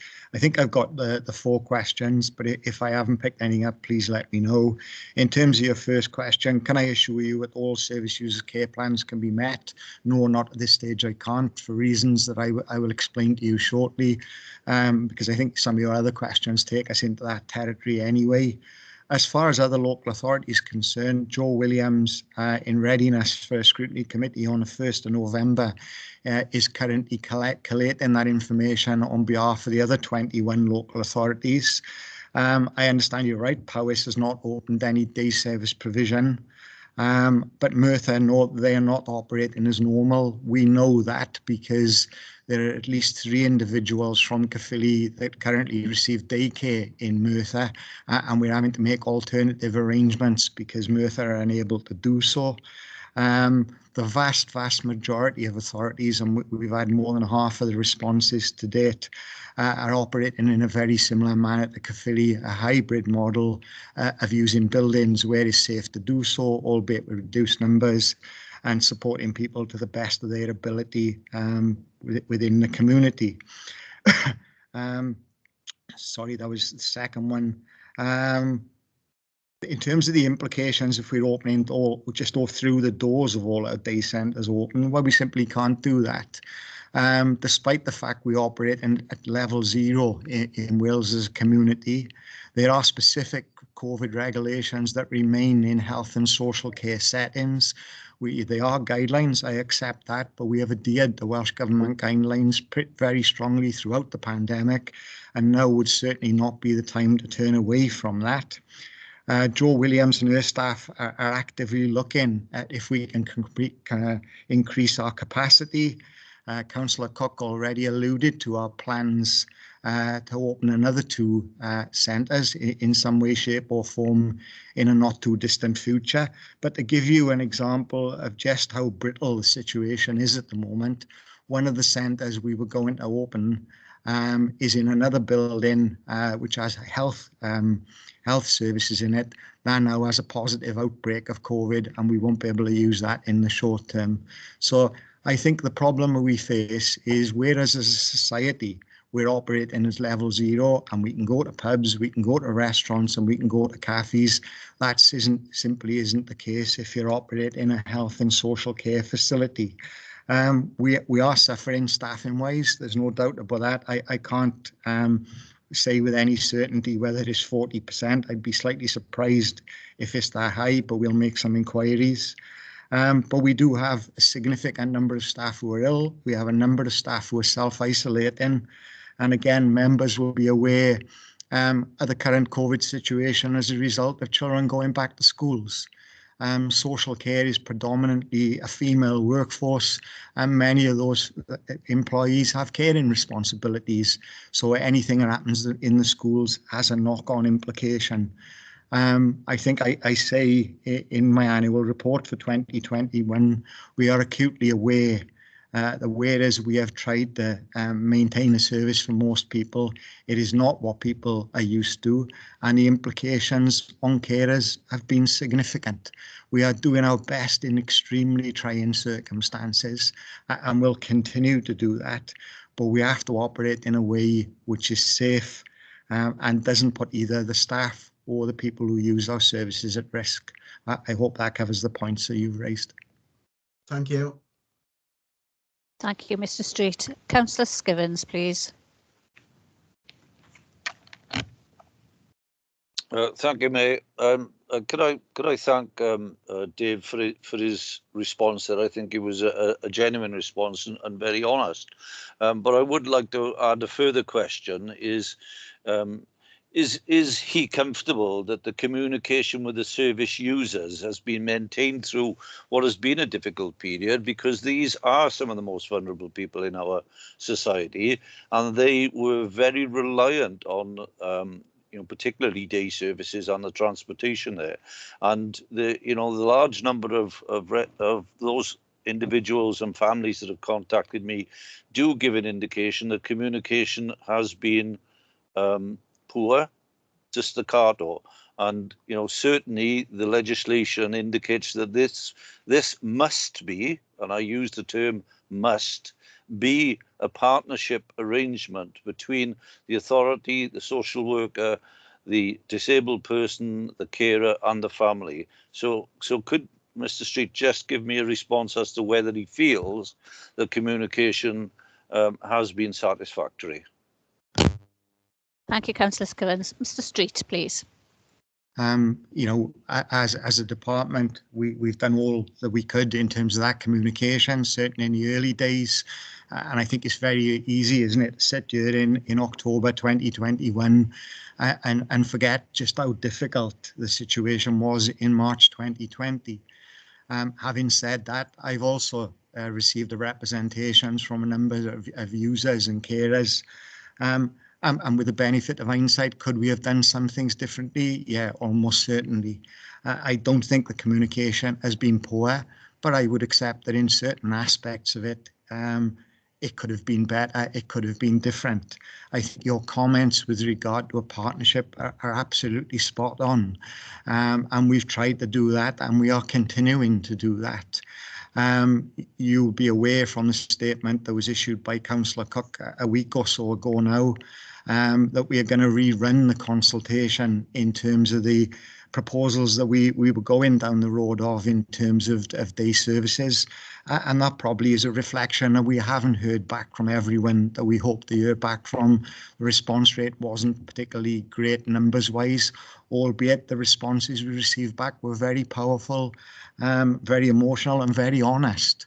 So, you know, we will go forward, we will try and get better, but I wouldn't want to lose just how tricky it was undertaking that consultation and undertaking that communication at a very difficult period of time.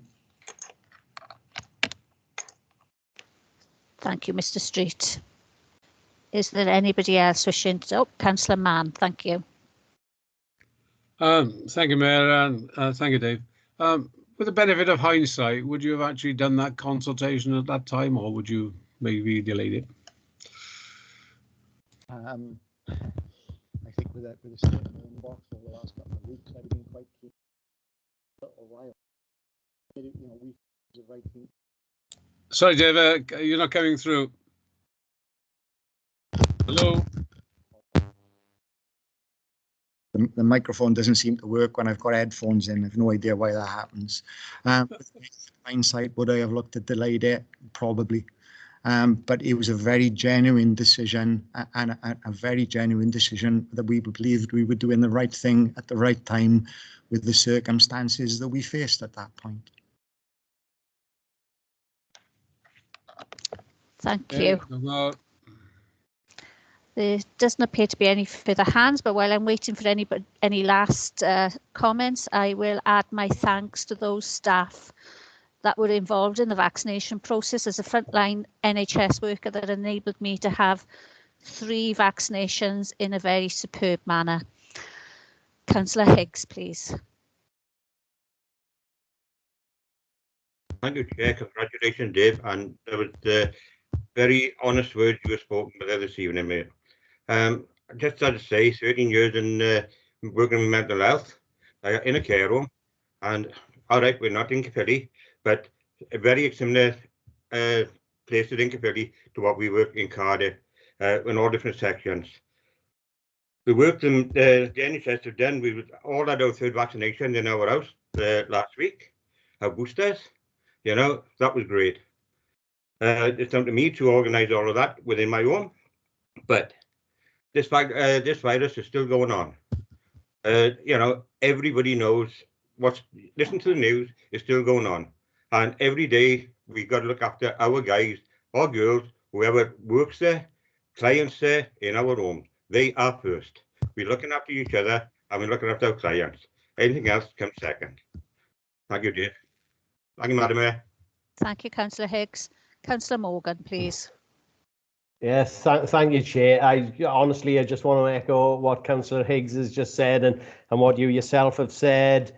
I would like to thank Dave Street for the 2 reports, and I would especially like to thank the staff who work within the industry. And it's incredible because the pubs have opened and we can now enter a pub without wearing a mask and everybody's mingling in the pub. Everybody thinks things have gone back to normal. And it's just really heartening to know that the social services and the area that Councillor Higgs works in are still considering and are still very, very much aware of the fact that COVID is still with us. So, yeah, just thanks to all those people. You know, we really appreciate, I appreciate the reports and I appreciate what all these people are doing. Thank you.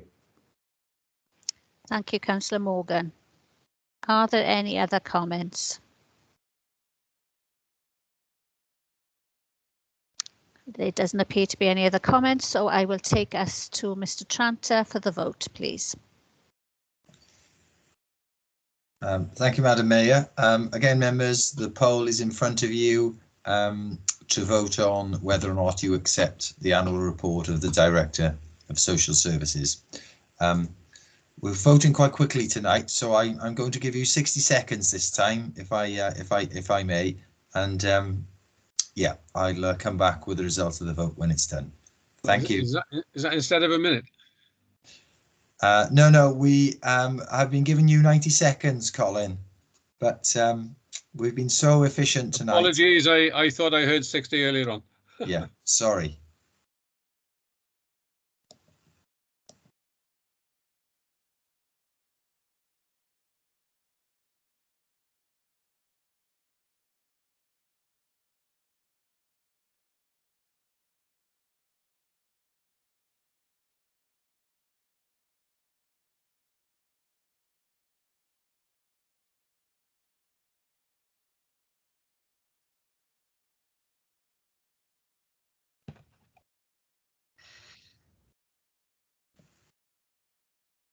Okay, Madam Mayor. So the result is in. The report is accepted unanimously. Thank you. Thank you, Mr. Tranter. We'll move on to item 15, which is the Audit Wales Inquiries Return 2020 to 2021. Councillor Stenner, I understand that you will introduce this report. Thank you, Councillor. Thank you, Madam Mayor. The purpose of the report is to present Council with responses to the Audit Wales in relation to inquiries relating to the audit of the 2020 to 21 financial statements. Each year, the external auditor contacts the Section 151 officer requesting assurance on issues that may affect the financial statements for the year being audited. These assurances are essentially around an understanding of our management processes to prevent and detect fraud and to ensure compliance with relevant laws and regulations in the preparation of the Council's financial statements. The questions asked by Audit Wales are standard for bodies being audited and are not specific to Caerphilly County Borough Council. For information, members will wish to note that no queries have been raised by Audit Wales in relation to the responses provided. At the request of Audit Wales, the responses have already been endorsed by the leader of the Council and are now presented to Council for noting prior to the audited 2020-21 financial statements being considered by the Governance and Audit Committee on the 12th of October 2021 and then full Council on the 14th of October 2021. Council is therefore asked to note the responses appended to the report. Thank you. Thank you, Councillor Stenner. I believe, Councillor Whitcomb, that you will second this report.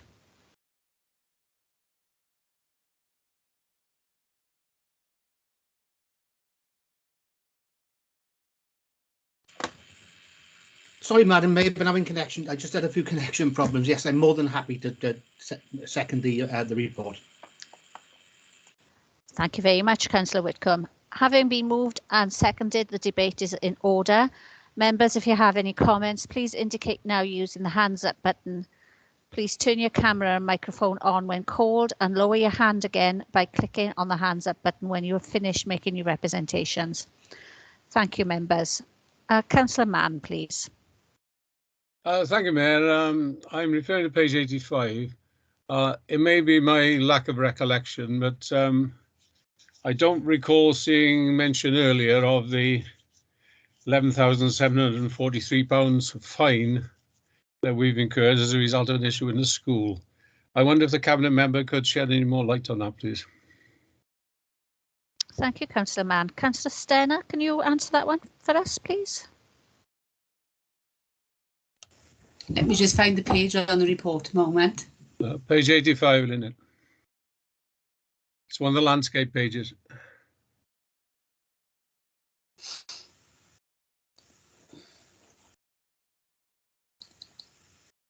Mr. Harris also has his hand up, Councillor Stenner, if that helps you. Yes, that would help. Was this the fine from HMRC that you're referring to, Councillor Mann? Yes, the penalty in regard of an issue in a school. Yes. Mr. Harris, would you like to come in on this?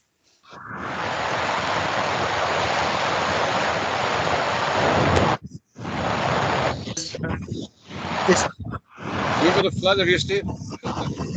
Sorry, I don't know what the noise is in the background. I'll try again. In respect of IR35, which is in terms of the accounts, it's not a material sum. It's only £11,000, but for completeness and transparency, I have disclosed it in the response to Audit Wales. Yeah, I know it's not material in sort of council terms. It's obviously material if it was in any individual's bank account. But how do we get fined for something that's happened in the school? How do the council get fined? The council picks up the fine initially, Councillor Mann, but the cost has actually been recharged to the school. The school will meet the cost. Okay. Okay. Talking about Steve. Thank you all. Any other comments, please?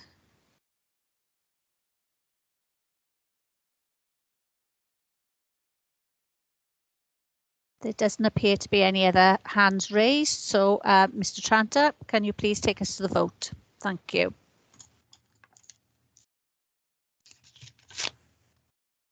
Certainly, Madam Mayor. So the poll's in front of you, members. If you could please vote, and it's to accept the return for 2020-21 to Audit Wales. Thank you.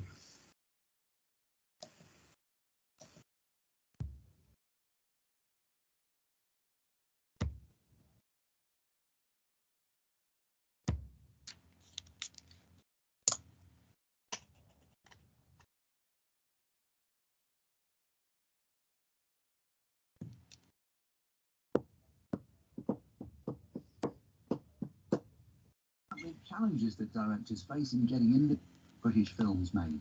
New full-fact 42-minute front row get. Okay, okay, Madam Mayor. I'm not sure what that was there, but the report is accepted unanimously. Thank you. Thank you, Mr. Tranter. We'll move on to item 16, which is the Caerphilly County Borough Community Infrastructure Levy, otherwise known as SIL. Councillor Whitcomb, I understand that you will introduce this report. Thank you. Yes, and thank you, Madam Mayor. The purpose of the report is to delegate powers to the Generation Project Board, determine the priorities for the changing the authority's Community Infrastructure Levy, SIL, spend in line with the Council's strategic policies, and to present them to Cabinet for decision. The report wishes to delegate power to the Regeneration Project Board to determine the priorities for SIL expenditure in non-community council areas in line with the Council's strategic priorities. The recommendations can be found at 3.1, 3.2 and 3.3. May I remind members that the Regeneration Board is made up of members of all political groups across the Chamber, and therefore regular attendance is vital for the proper running and functioning of that board. I so move. Thank you, Councillor Whitcomb. Councillor Leonard, I understand that you will second this report. Thank you. Thank you, yes, I would like to second. Oh, sorry, my dog. I would like to second the recommendations set out within the report. Thank you. Thank you, Councillor Leonard. Having been moved and seconded, the debate is now in order. Members, if you have any comments, please indicate now using the hands up button. Please turn your camera and microphone on when called and lower your hand by clicking again on the hands up button when you have finished making your representations. Thank you, members. Councillor Whittle, please. Thank you very much, Madam Mayor. It's on 526, the Community Infrastructure Levy. There's a fairly substantial sum of money that is floating around amongst the community councils in the area. Some of them have some very good ideas and are working with council officers, but I'm wondering about those who are perhaps not so forthcoming. And I'm wondering whether we could ask the officers, could they provide a list of some of the potential ideas and works that are needed to be done in these communities, so that the community councils, who, if members obviously realise that most community councils only employ a single clerk, and it's quite an onerous task for clerks to take on projects that are often in the realm of £100,000 or maybe more, and there are some, if you look at the figures in the report, there are some figures of such a large amount. So could officers please provide that? And I also have a question on the next item, which is about incentives given to developers. I don't know whether you want to take that now, please, Madam Mayor, or whether I should come in later. Thank you. If we take the second question under that item, Councillor Whittle, I would be grateful. Mrs. Kite, would you like to come in to respond to Councillor Whittle, please? Yes, thank you very much, Madam Mayor. If you don't mind, I'm one of those people who's experiencing connection problems this evening, so I'll leave my camera off. Yes, thank you, Councillor Whittle. As you correctly say, some of these community councils now have got quite considerable sums of money. So what we did when we introduced SIL is we set up a sort of a relationship and an agreement with the community councils in question, so that we could advise and guide them in terms of where the spend would go. Under the regulations, we've actually haven't got a role here. The community councils can actually spend this SIL as they see fit. But we have worked with community councils to ensure that in the spirit of the SIL regulations, the spend is on infrastructure that is required within areas. When we come on to the next item, which is the annual monitoring report for the local development plan, you'll find that at table 5 on page 138, there's a table there that outlines the spend for the financial year that's just passed. But certainly we can give you a comprehensive overview of the spend to date. And if you go back through the annual monitoring reports, it is contained within the LDP annual monitoring reports, which also contains the SIL monitoring reports. But I'm more than happy to provide you with a schedule that can be circulated to save you going back over years of information. We've got that at the office. Thank you, Mrs. Kite. Sorry, Madam Mayor. Yeah, thank you, Jane Kite, for that comprehensive answer. I'm not sure whether I made myself clear, though. I agree with everything that Jane Kite said. Of course, it's perfectly sensible and logical. But I'm not too convinced that there are some community and town councils who are able to spend this money. And I know that on the community council that I sit, for example, we do have an officer, and forgive me, I do apologise, I can't remember her name now, but she is going to come to a Zoom meeting, and I know that I've been in correspondence with Mr. Mark Williams, the director, on some ideas, but I'm just wondering about other community councils as well. And I just think that if we could give them some ideas, it might be of enormous benefit to get this, because if this money isn't spent, of course, it has to go back. Now, I don't know where it goes back to. Does it go back to the developer? Because if that's the case, that would be an utter tragedy. If it comes back to Caerphilly County Borough Council, at least it stays within public expenditure. If it goes back to the developer, I think that would be an absolute disaster. If I may, Madam Mayor, just on that point. Yeah. Yes, we do support the community councillors in terms of where they want to spend, and we will support them in terms of implementing the projects where they support. If it's schemes that we can control as a council, then we can help to implement actual schemes because we're aware of the capacity issues. So we are more than happy to work with the community councillors to implement projects. And then on the second point, in terms of if the money's returned, and you're correct, if it isn't spent within the given period, it has to have to be returned. But unlike Section 106 monies, Councillor Whittle, the money's actually returned to the council for putting back into the council pot. So unlike Section 106 monies, that money will not be lost to us as an authority. It will be brought back into the greater pot or the SIL fund. Okay, thank you very much, Ryan. Thank you. Thank you both. Councillor Morgan, please. Yeah, thank you, Madam Mayor.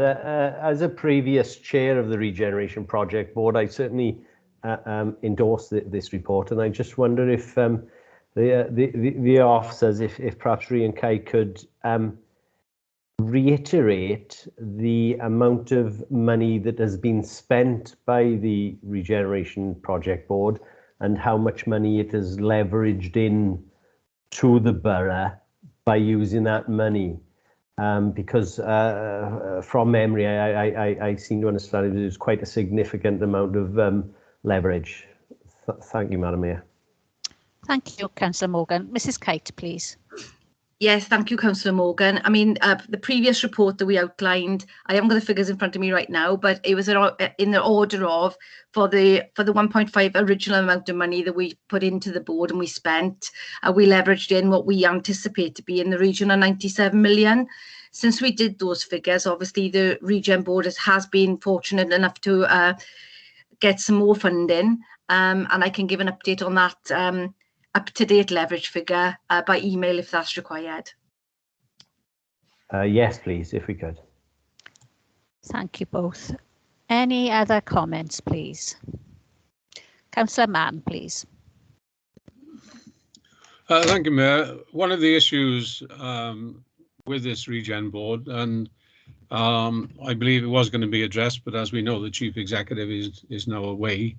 But it's the fact that all this goes on where the vast majority of members are blissfully ignorant of what is happening. And I think there's a gap there. You know, we're supposed to be a democratic institution, and members should be able to be made aware of what is actually going on in this board, especially with the sort of sums of money that are involved. Thank you, Councillor Mann. Councillor Whitcomb, if you come in first, and then Mrs. Kite can add anything afterwards. Thank you. Yeah, thank you, Madam Mayor. In response to that, I mentioned in my introduction that the board is made up of members from all political parties. And I would have thought it'd be holding on those members of the board to report back to their respective political parties some of the decisions and activities that have been made. The reason that I mentioned attendance is I think it's vital for everybody to be there and to take part, and then to feed back into wider groups. And certainly, you know, if reports are required to come back before the authority, I'm sure they will do.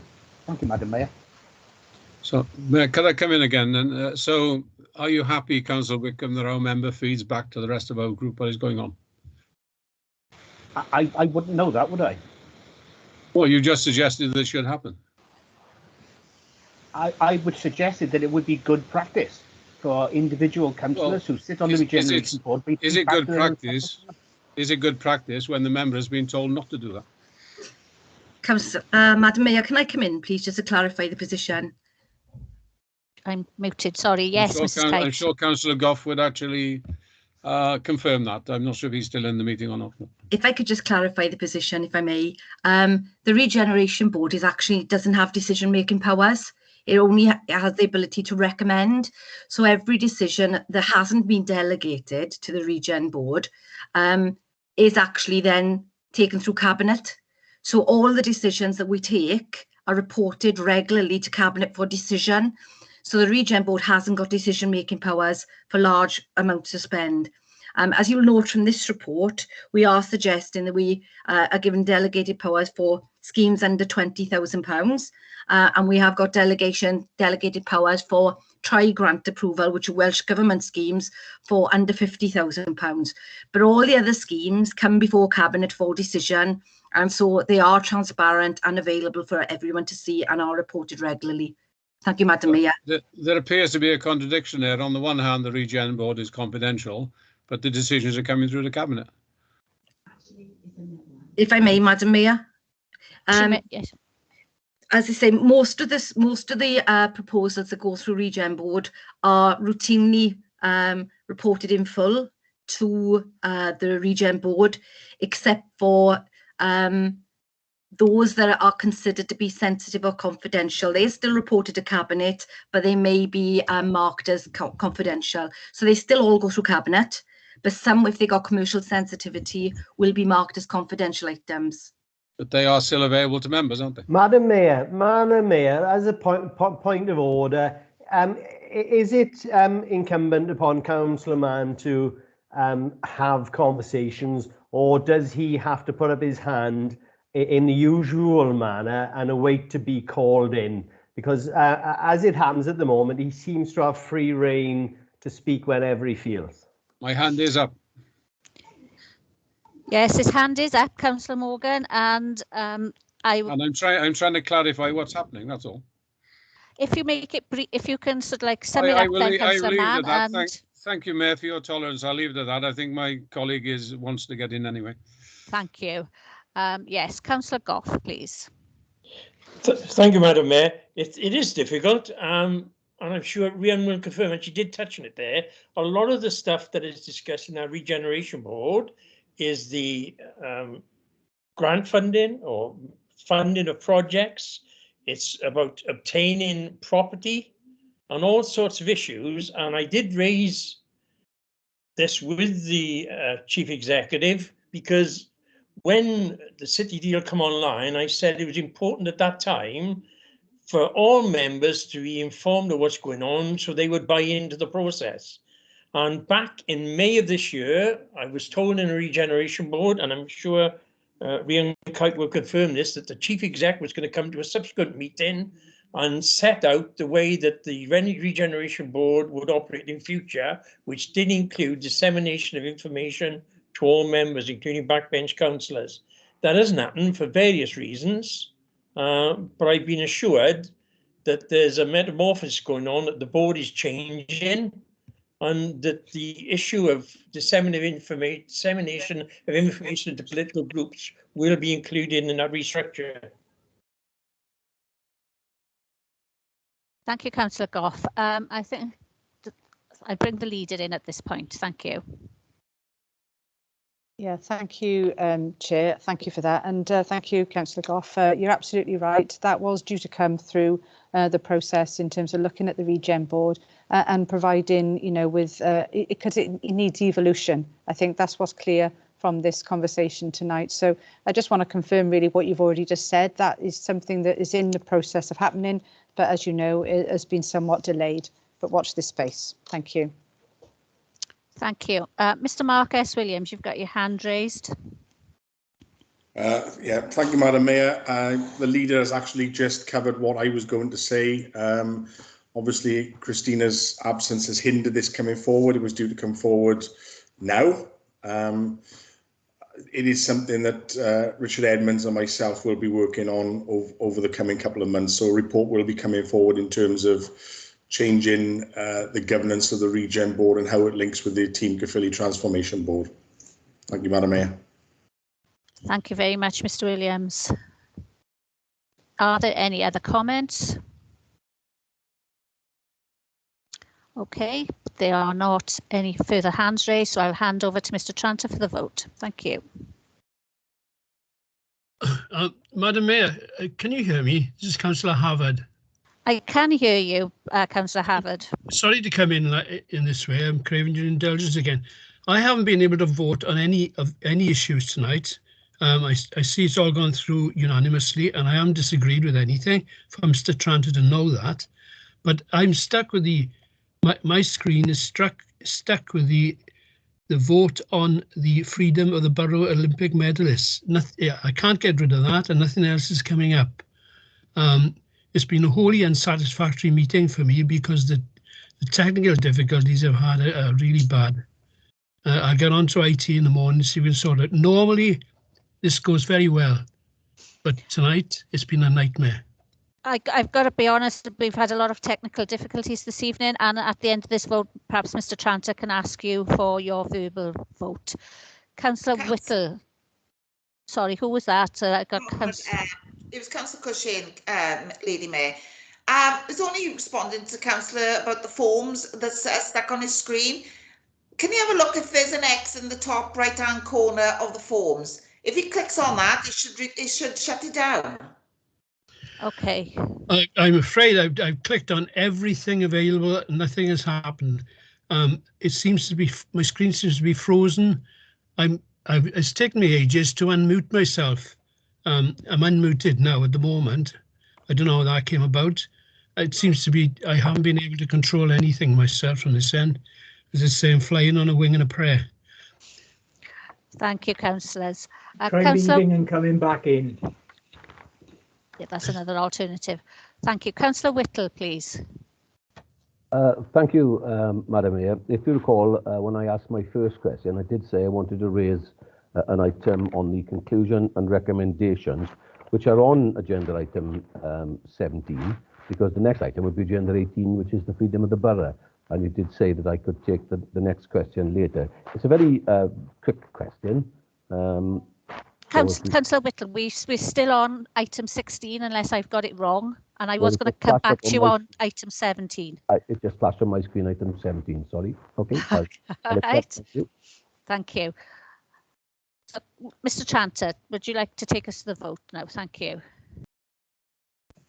Yes, certainly, Madam Mayor. There is a poll on the screen now, or there should be a poll on the screen in front of you. If members could vote, it's agenda item number 16, community infrastructure levy. So please could members vote now. Just to clarify for Councillor Havard, if he is having difficulty voting, if he can let me know. I know he's having IT issues, but if he can let me know, I'll make a note of his vote. Thank you. Well, I could be the first to vote then, Mr. Tranter. Fine, that's absolutely great, Councillor. Yeah, I'll do that. And your vote is in favour. Yes. Thank you very much. Thank you.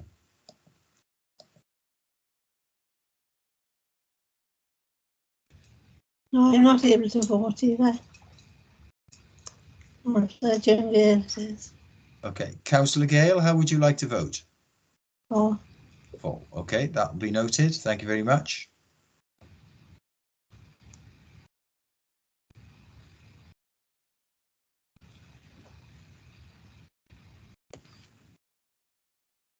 So, Madam Mayor, that vote is approved.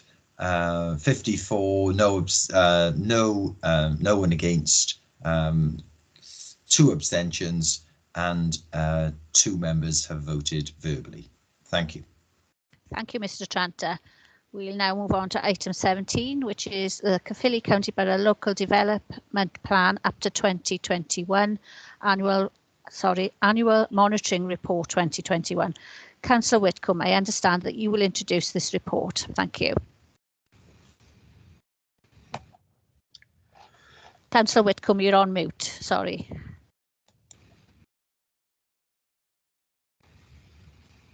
Apologies, Madam Mayor, and thanks very much. May I remind members that this report is a review of the existing local development plan and is not related to the preparation of a new development plan in its entirety. And the report is for members to consider the findings and recommendations of the Caerphilly County Borough Local Development Plan 2021 Annual Monitoring Report, and to recommend that the 2021 Annual Monitoring Report be approved by Council, and to further recommend that the 2021 Annual Monitoring Report be submitted to the Welsh Government by the 31st of October 2021 in order to satisfy the Council's statutory requirements. Recommendations are contained within the report on page 107, and I so move the report. Thank you, Councillor Whitcomb. Councillor Leonard, I understand that you will second this report. Thank you. Thank you, Madam Mayor. Yes, I would like to second the report and the recommendations set out in the report. Thank you. Thank you. Having been moved and seconded, the debate is now in order. Members, if you have any comments, please indicate now using the hands up button. Please turn your camera and microphone on when called and lower your hand again by clicking on the hands up button when you have finished making your representations. Thank you, members. Councillor Whittle, please. Thank you, Madam Mayor. I'll try and get this right this time. Yeah, it's on page 114. Just a quick question, really. I was rather concerned about what incentives can be given to developers to develop our brownfield sites in particular, and perhaps even more importantly, to develop land in the north of the borough, which I think is desperately crying out for further development, because it will safeguard and protect those communities, perhaps with younger people moving in. And I think we are seeing a depopulation of the northern part of the county borough still. And quite frankly, people are just simply moving south or indeed moving out, which is very sad. I was particularly thinking, I know that registered social landlords can get the land cheaper, but can we perhaps incentivise for some small local Welsh house builders to develop the land, or would it be possible for some self-build groups to develop the land? Self-build groups have advantages and disadvantages. Some self-build groups want to build, large 6-bed houses, and that's very nice for those people who can afford that. I wasn't particularly looking at that. I was looking at the smaller developments, so that the younger people can at least get onto the housing ladder and remain in the communities where they simply belong. But it's for brownfield sites and for sites north of the borough I was particularly concerned about. And I'm just wondering whether officers have any simple ideas, like giving land cheaper to those sort of groups. Thank you. Thank you, Councillor Whittle. Mrs. Kite, you'd like to come in? Yeah, thank you very much, Madam Mayor. Thank you, Mr. Councillor Whittle, for the question. Yeah, I mean, as you know, we've been working very closely with our colleagues in both Welsh Government and the Development Bank and Cardiff Capital Region on a host of different funding mechanisms for this very reason.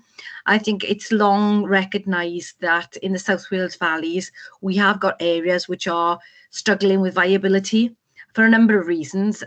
That's historic reasons, with legacy issues because of the coal mines, brownfield sites that need remediation, and we never thought we'd lament the loss of the WDA, but we do, because the funding's disappeared, and for very, very many years that funding wasn't forthcoming. Welsh Government recognise that now, and they're working with us on a number of projects. CCR are also looking at this issue. As you'll be aware, the council has put forward 3 schemes for the Housing Investment Fund, one of which was in the Heads of the Valleys. That is on the reserve list. The other one, there's one in the Mid Valleys corridor and one in the Aber Valley. We're working with CCR on them. 2 of those 3 sites are brownfield sites that we're working to unlock. In terms of your pertinent point on small scale development, though, there's also a number of other initiatives run by again Welsh Government and the Development Bank for Wales around stalled sites, funding that is available to small builders, SMEs, and we are doing a lot of work in this space in terms of lobbying and incentivising development. It is a key issue for us, and where sites do stack up, local builders will buy them and they will build them out, even in the Heads of the Valleys, where it stacks up or where they want to build for their own purposes. And we have seen a lot of single houses developed in the Heads of the Valleys by builders and by people who want to build their own home in that area. So very pertinent point you make. We agree with you completely. And that recommendation in the report is along the lines you suggest, that we continue to lobby and work with Welsh Government, CCR, and anyone else who give us funding to incentivise low viability development to work really across the piece, but particularly in the Heads of Valleys and brownfield sites. Could I tap through you, Madam Mayor, thank Rhian Kite yet again for a very good answer, and I'm very grateful.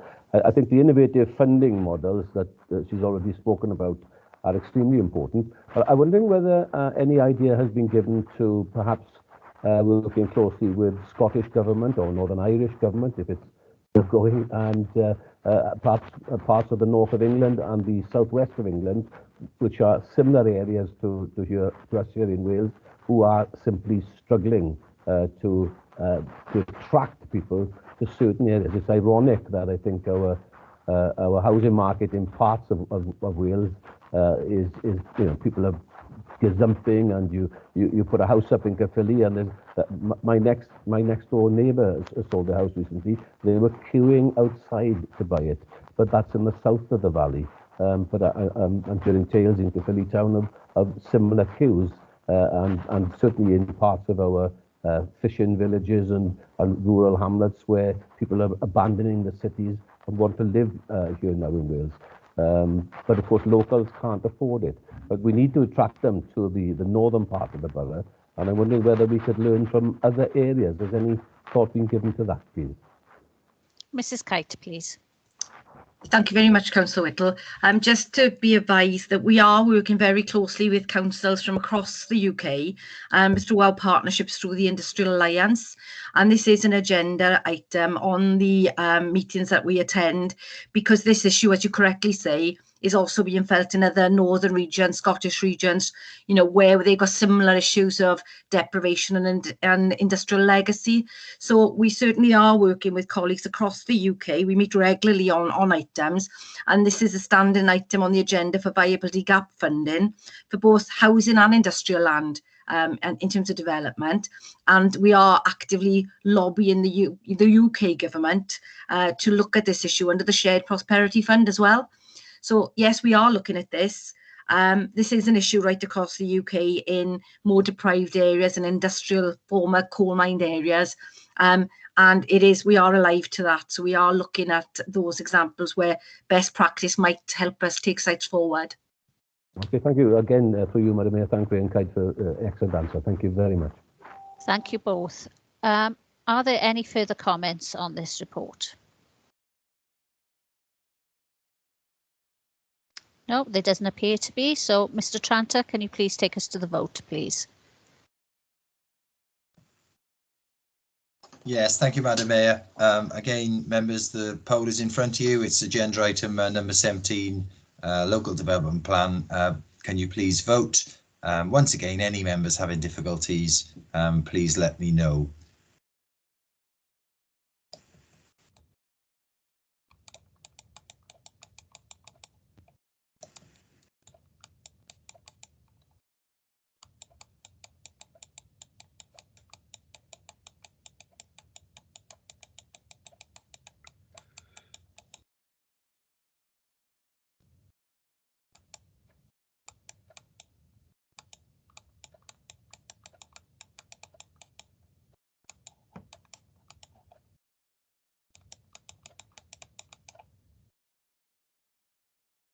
Can I just ask who's constantly clicking? I was wondering the same thing, Councillor Cushin. I'm not sure. If they're clicking on the buttons, they might be clicking too fast. I thought it was your heels, Donna. Could be a rattlesnake. I thought it was a bit of Irish dancing I was listening to there.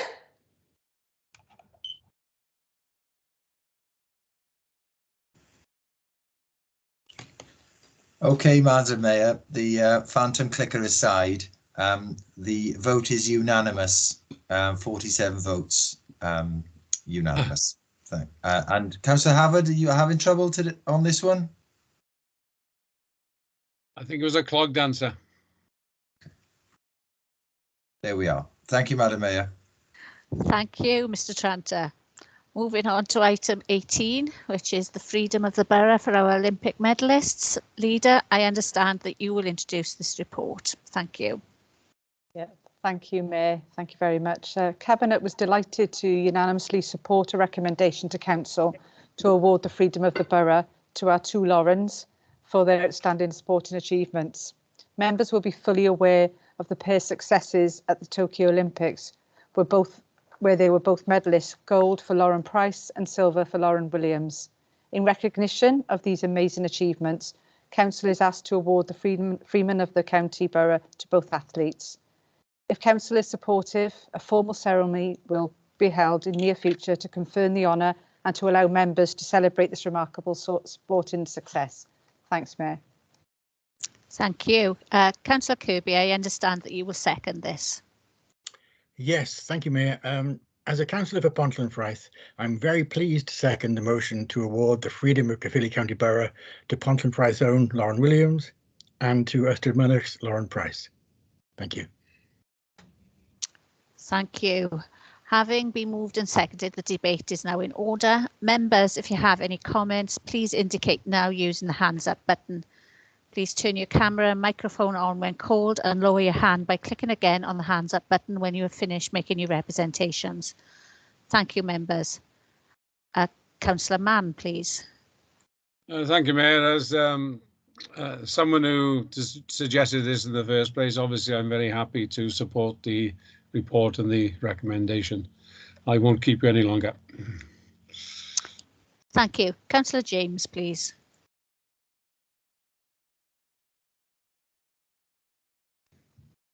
Oh, thank you, Madam Mayor.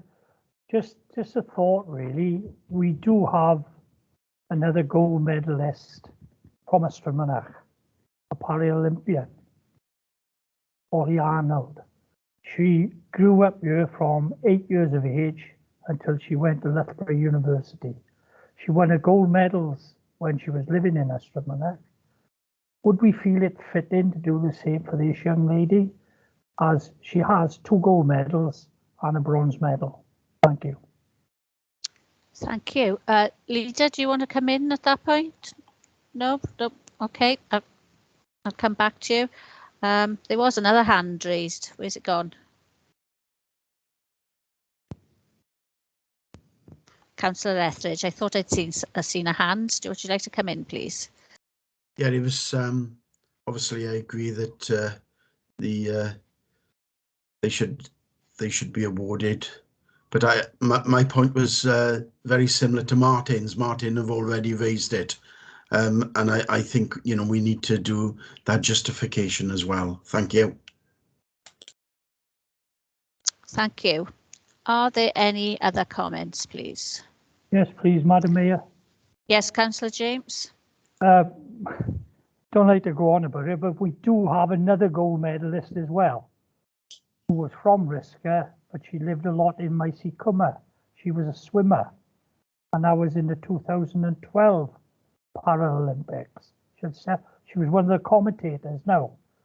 So I think if we're going to recognise these gold medalists, we haven't recognised one Paralympian here. I think we should be trying to be inclusive and recognise everybody for certainly their achievement as being a gold medalist.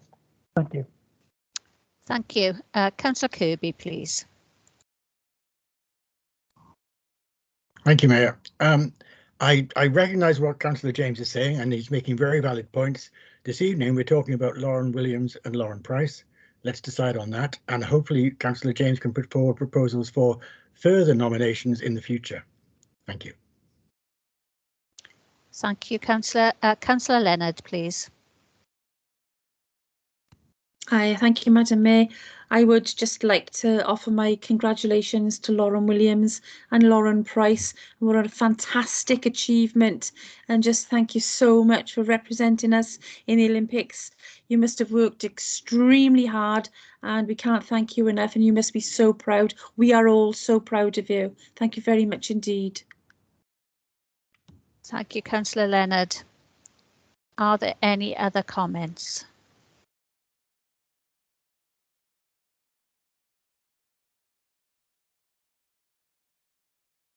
No, I will hand over to Mr. Tranter for the vote then, please. Thank you. Thank you, members. The poll is in front of you. Can you please vote as soon as possible? Thank you. And again, anybody having any difficulties, I can see Councillor Havard in front of me now, so perhaps he'll indicate how he wants to vote. Thank you very much. Okay, I've got that, Councillor Havard. Yeah, you for the report. That's great. Thank you.